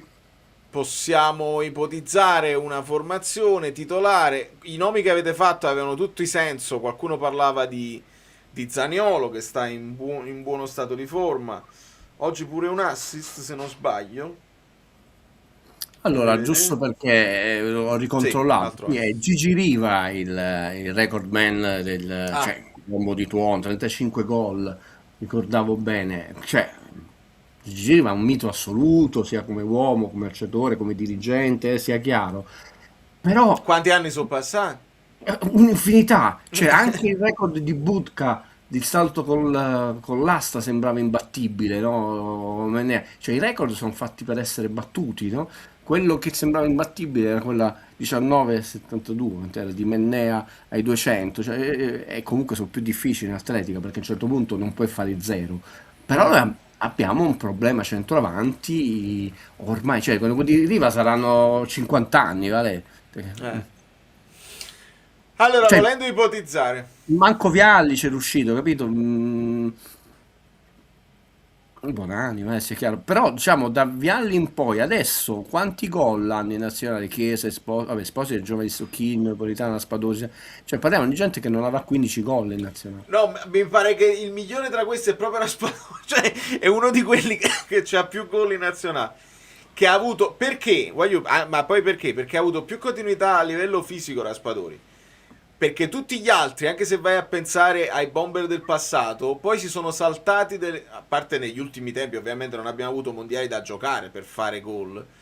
Però in passato, per esempio, Vieri si saltò un mondiale, se non sbaglio, in un europeo per un infortunio grave. Insomma, pure quelli là che abbiamo avuto come grandi bomber, un Vieri, un Inzaghi, Pippo, oggi farebbero la fortuna di qualsiasi nazionale. Però, come mai Lucca non convocato? Domanda cattiva. È la stessa ragione per cui Tom Selleck non ha fatto Indiana Jones, è la stessa. Era stato selezionato da Giorgione Lucas e Spielberg, ma la CBS non gli diede il permesso di lasciare la serie Magnum PI. E Nottingham Forest ha detto no, tutta la nostra squadra si regge su di lui, non può saltare manco l'allenamento. Mamma mia. Forse Pellegrini della Roma avrebbe meritato la convocazione. Si sta arrabattando Pellegrini sicuramente. Secondo me, vista la scelta di Chiesa, secondo me ha puntato solo su una specialità. Cioè Chiesa ha l'1 contro 1, se lo metto ad un certo punto della partita può puntare all'avversario e mi può creare qualche situazione se stiamo in svantaggio. Perché altrimenti cioè aveva più senso uno Zaniolo che stava un po' più in forma. Comunque facciamo un'ipotesi. Allora, Donnarumma senza dubbio. Ditemi adesso i tre, parlo anche con la chat mentre noi diciamo la nostra. Sì. Tre difensori. Bastoni. Sì. Sicuramente lì. Poi c'è da decidere se lo metti centrale o lo metti braccetto, perché l'altro credo che possa essere Calafiori. E forse a destra Mancini. Qualcuno dice Bastoni, Calafiori. Buongiorno Calafiori e Bastoni. Bastoni, buongiorno Calafiori. Bastoni, Mancini, Calafiori. Non credo che giochi titolare Buongiorno, però è un'impressione. C'è anche il discorso che sarebbero a tre Mancini, perché l'unico destro è Mancini. E buongiorno Bastoni, Calafiori, tutti e tre Mancini. Non lo so se si prende lo stesso rischio che si è preso Conte con Juan Jesus, buongiorno e Oliver. Quindi Mancini probabilmente, quindi così. Gli altri sono Gatti, Coppola, parlo dei centrali, Scalvini, questi sono insomma probabilmente leggermente dietro nelle gerarchie. Fascia destra, Guido.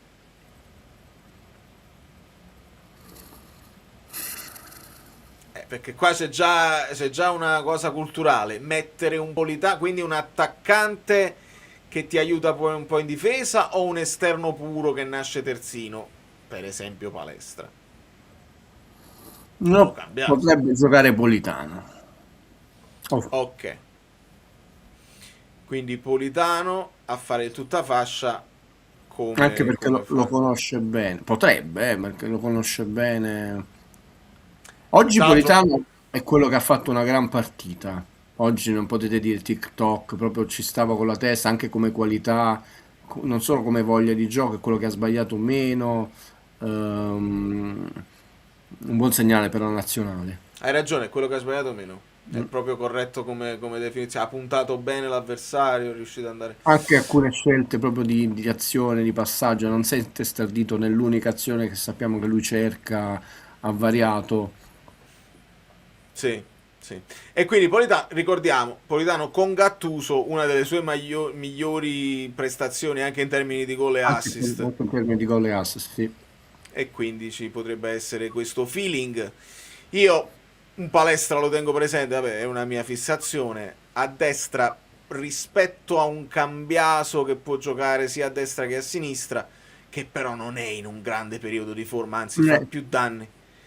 Quello sta un po' zoppicando. Sta zoppicando, per me è un grande giocatore, cioè ha grande tecnica, però Sì, zoppicando sempre metaforicamente. no, nel senso che se gli sbatte un pallone addosso è autogol, cioè è pure sfortunato. Di conseguenza a sinistra Di Marco non si tocca e quindi là.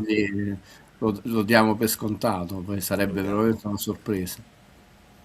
Ma perché? Ok, non lo okay. Anche Quindi perché comunque uno che c'ha il gol nelle gambe, queste partite, sai, anche i gol dei difensori, tutto è ben accetto, quindi credo che... No, specialmente poi se davanti più espo, quindi un po' di fisicità, i cross, eccetera, eccetera. Centrocampo, qua subito è partito un Barella, Locatelli, Tonali, che credo, considerando le altre possibilità, sì. non c'è grande differenza, perché poi Cristante, Frattesi che alla fine gioca sempre negli assalti finali, e Pisilli che sta facendo molto bene, però ha meno impatto. Io dico che 2 su 3 dovrebbero essere questi, Locatelli, Tonali. Ok. Francesco dice Tonali, Locatelli, Pisilli. Quello potrebbe essere Barella all'escluso. Potrebbe, però ho detto potrebbe, detto no. Io dico 2 su 3 saranno questi, Tonali, Locatelli. Poi. Sempre per un discorso anche di stato di forma, perché Barella in questo momento non sta garantendo grandissime prestazioni. Esatto. Vediamo e anche poi la partita con la Fiorentina. In attacco, vediamo come in attacco 2 tra Chiesa, Pio Esposito, Ken, Raspadori, Reteghi, Scamacca. Allora, io ho visto un'immagine, un video, però è solamente 30 secondi, di un Reteghi non velocissimo nel reagire su un pallone vagante, e i soliti commenti dice vabbè, è andato in Arabia, lo vediamo appesantito, eccetera, eccetera. Non lo so, non ho seguito cosa sta facendo Reteghi in Arabia, però è plausibile che si abbia un altro ritmo. Scamacca va e viene, Raspadori è appena tornato dall'infortunio, e Ken anche non è stato fortunato Gattuso in questo. Non solo non ha tenuto qualche giorno in più per fare qualche allenamento, ma qualche giocatore non c'è, qualcuno è reduce da infortunio, quindi deve giocare con qualità e coraggio. Sì, io sull'attacco ho molti dubbi. Sentiamo che cosa metti tu. Esposito, Kean? Esposito, Kean, anche se Kean sta giocando e non giocando, ma secondo me là è una questione anche di stimoli. Secondo me è anche una questione disciplinare con la Fiorentina, perché alcune partite le ha saltate, permessi, non tutti gli allenamenti si è fatto. Quindi è o Esposito, Kean, o addirittura vabbè, Reteghi. Se non è Ken, Reteghi, perché a Gattuso piace, sicuro. Poi c'è l'altra possibilità, e confermo quello che dice Midori, perché pure a me Ricci piaceva tantissimo. Ci poteva stare nelle convocazioni, cioè tra lui e Pisilli, voglio dire, non è che Pisilli ha giocate tutte, sta in grande forma, ci poteva stare anche Ricci. Reteghi ha già Coverciano da qualche giorno, molto interessante, quindi lo stanno monitorando anche a livello fisico. L'altra possibilità era addirittura 3-4-2-1, però non lo so se Gattuso poi la pensava così, e quindi mettendo un doppio, togliendo un centrocampista, e quindi fai Locatelli, Tonali a quel punto, e aggiungendo un tre quarti dietro, quindi Chiesa, Raspadori. Però non lo so, secondo me si parte 3-5-2. Quante volte l'ha provato Gattuso? Non lo so, tra l'altro appunto non ha avuto manco il tempo per fare più allenamenti, non lo so. No, vabbè. Giustamente, noi vabbè, noi li teniamo d'occhio anche per una questione di paura, perché devono giocare No, giocare il meno possibile, ma devono stare attenti con le cose così. No, io non ci voglio più pensare perché veramente ogni pausa della nazionale per noi ormai negli anni coincide sempre con almeno un infortunato, quindi sinceramente è giusto viverla con questa apprensione costante, è vero, però Valero stava cercando di allargare l'orizzonte, anche perché oggi che cosa potevamo dire? Giocavamo col doppio play, abbiamo fatto tanti di quegli errori di passaggi banali imprecisi col doppio play, con due maestri. Hai capito? Cioè, non vabbè, col doppio play, con De Bruyne in campo, cioè, mi aspettavo tutta una qualità, e invece Quindi non però è sempre così facile come alcuni lo dipingono il calcio. è così. Guido, io ti voglio Dire ringraziare. una cosa, è una cosa che non ti ho mai detto, no? Sai, io sono molto tifoso dei Lakers. Se ti ricorderai, l'anno scorso io ti dissi, riferito a alcuni giocatori, che non è avvenuto come stanno, non è avvenuto e sta avvenendo con altri, che ci sono dei giocatori, poi dobbiamo farlo questo discorso per capire perché, quello che però lasciamo in sospeso, che sono veramente un esempio, uno stimolo. A dispetto della narrazione, degli insulti, poi in realtà Luka Doncic si è messo sotto, si è fatto un'estate pazzesca di preparazione fisica, è dimagrito, eccetera. Perché con LeBron nell'host che qualcuno dice un giocatore finito, ho detto metti un asterisco perché dovevamo fare un discorso molto interessante sulla narrazione dello sport in genere, per dire. Tu non la segui perché poi non solo non la segui, non sei tifoso. Stiamo vedendo cose fuori dalla grazia divina, Valerio. Ma non solo a livello di prestazioni, di statistiche, di numeri. Stanotte ha fatto 60 punti dopo che ne aveva fatti 51 il record nelle ultime 10 partite. Sembra volare. Tra l'altro lui forza tutti i tiri, quindi le sue percentuali non sono neanche paragonabili a altri, perché sono tutti tiri non contestati, no? Non contestati. Però che significa avere determinati giocatori nella tua squadra? Non puoi fare la testa di cavolo, oppure se lo fai, fai la carriera di Balotelli, eccetera. Cioè lo sport è fatto di tante cose, ma prima di tutto è sempre non solo la psicologia, che tipo di uomo, nel caso nostro, non per razzismo, stiamo parlando di sport maschili, ma vale anche per sei. Tant'è vero che c'è una costante di alcuni allenatori che si informano prima di tutto che tipo di persona sono. Poi l'integrità fisica, perché certamente se uno ha avuto un certo numero di infortuni è chiaramente poi il campione della tecnica, ma la tecnica, la classe non basta se tu non hai la stoffa del campione. E su questa cosa noi ci dobbiamo tornare, perché chi è rimasto, perciò io sono convinto che può diventare una stagione molto interessante, perché diventa l'apprendistato di quello che tu hai sbagliato e non devi sbagliare più, e diventa una forza la debolezza che hai avuto quest'anno. Non è un ossimoro, non è una frase fatta, perché se uno ovviamente impara, però vedi, quando io ti dico certe cose vanno valutate alle distanze, non si può essere precipitosi. Se uno fosse tifoso come molti, l'avrebbe già buttato all'ortiche. Quando Doncic è passato ai Lakers c'è stato molti insulti, il direttore sportivo dei Maverick ha aggiunto il carico amico, adesso è stato licenziato da tempo. I Mavericks, che erano andati in finale con Doncic, non si stanno qualificando né quest'anno né l'anno scorso nei playoff. I Lakers non vinceranno, però il cambio di stile di vita c'è stato, e questo ne ha beneficiato la sua pallacanestro, nonostante un periodo della sua vita personale drammatico, perché diciamo si sta separando la compagna di vita, i suoi figli stanno a migliaia di chilometri oltreoceano, e quindi quello dovrebbe essere penalizzante dal punto di vista qualità della pallacanestro. Quindi diciamo attenzione che lo sport è molto complesso, e non bisogna essere, questa era la morale di questo pippone mio tifoso dei Lakers, non bisogna essere precipitosi. Gattuso out, questo non è buono, questo non è buono, certe cose vengono a distanza. Io sono convinto che se c'è una forza societaria e un cambio di narrazione in alcune persone, questo può essere una stagione interessante, che già non è totalmente sconfitta, perché almeno un piccolo trofeo l'ho portato a casa, e io non vedo piccoli trofei, vedo trofei, non c'è quello più bello, Però ne parleremo, diciamo, lasciamo Valerio, anche perché la mia voce è meno bella del solito, visto Ti ricordi la coppa gigante che diedero a Insigne?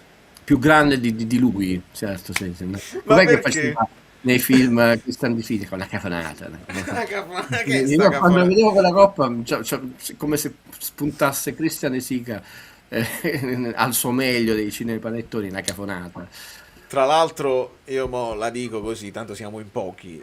Mi pare che il 26 maggio c'è una partita dove ci sarà, ho sentito Lavezzi, Insigne, fare una partita di leggende del Napoli al San Paolo. Non so chi altro ci sarà. Io proverò ad esserci. Ah, ma proprio in campo. No, sugli spalti o fuori allo stadio. Interessante. Quindi in qualche modo ci vediamo. Mi piacerebbe Valerio nel ruolo di... Ci fu una partita di leggende dove uno dei più grandi portieri della storia, il portiere del Belgio, Jean-Marie Pfaff, fortissimo, quando Maradona fece quel 2-0 nel Belgio, perché tu ti ricordi il gol di Mano, il gol del secolo, ma la partita col Belgio non se la ricorda nessuno, era un Belgio Quella è fortissimo. la foto iconica con tutti gli avversari attorno. Mamma mia, che fece una partita di beneficenza con dei guantoni enormi, era un personaggio bellissimo, Faf. E lo so, io ho questa immagine di Valerio nel ruolo di Jean-Marie Pfaff, che sto nobilitando di fuori classe della insomma, con questi guantoni gialli tipo alla Paperino enorme, perché interpretava in maniera giustamente spettacolare e simpatica le partite per beneficenza. Quindi io sto facendo una sorta di endorsement, propongo Valerio come le leggende per fare almeno 5 minuti in porta. Bellissimo. Piccolo Con le- con i cosi giganti. con i guanti giganti ed è una Mi piace molto.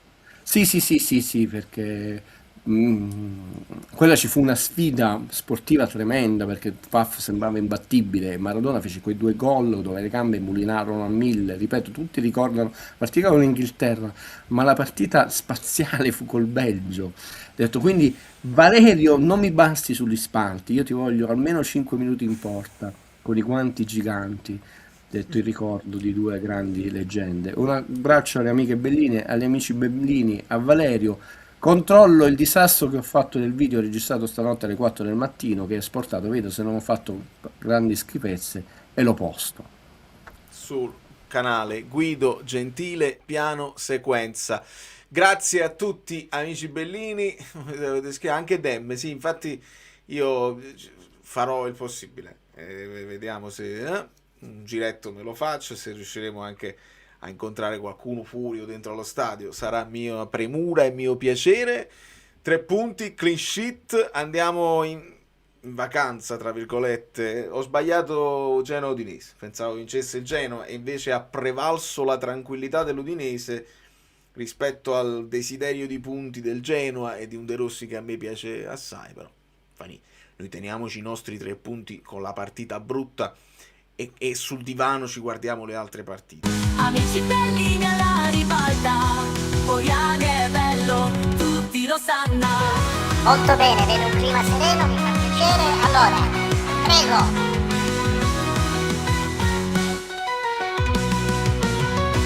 Allora, abbiamo finito, grazie e buona serata a tutti. Andiamo. No, vogliamo restare ancora un pochino. No, sto scherzando. Sembra quasi che sei poco. Allora, ma tu ti immagini 30.000 persone a pizza? Non basterebbe Sorbillo?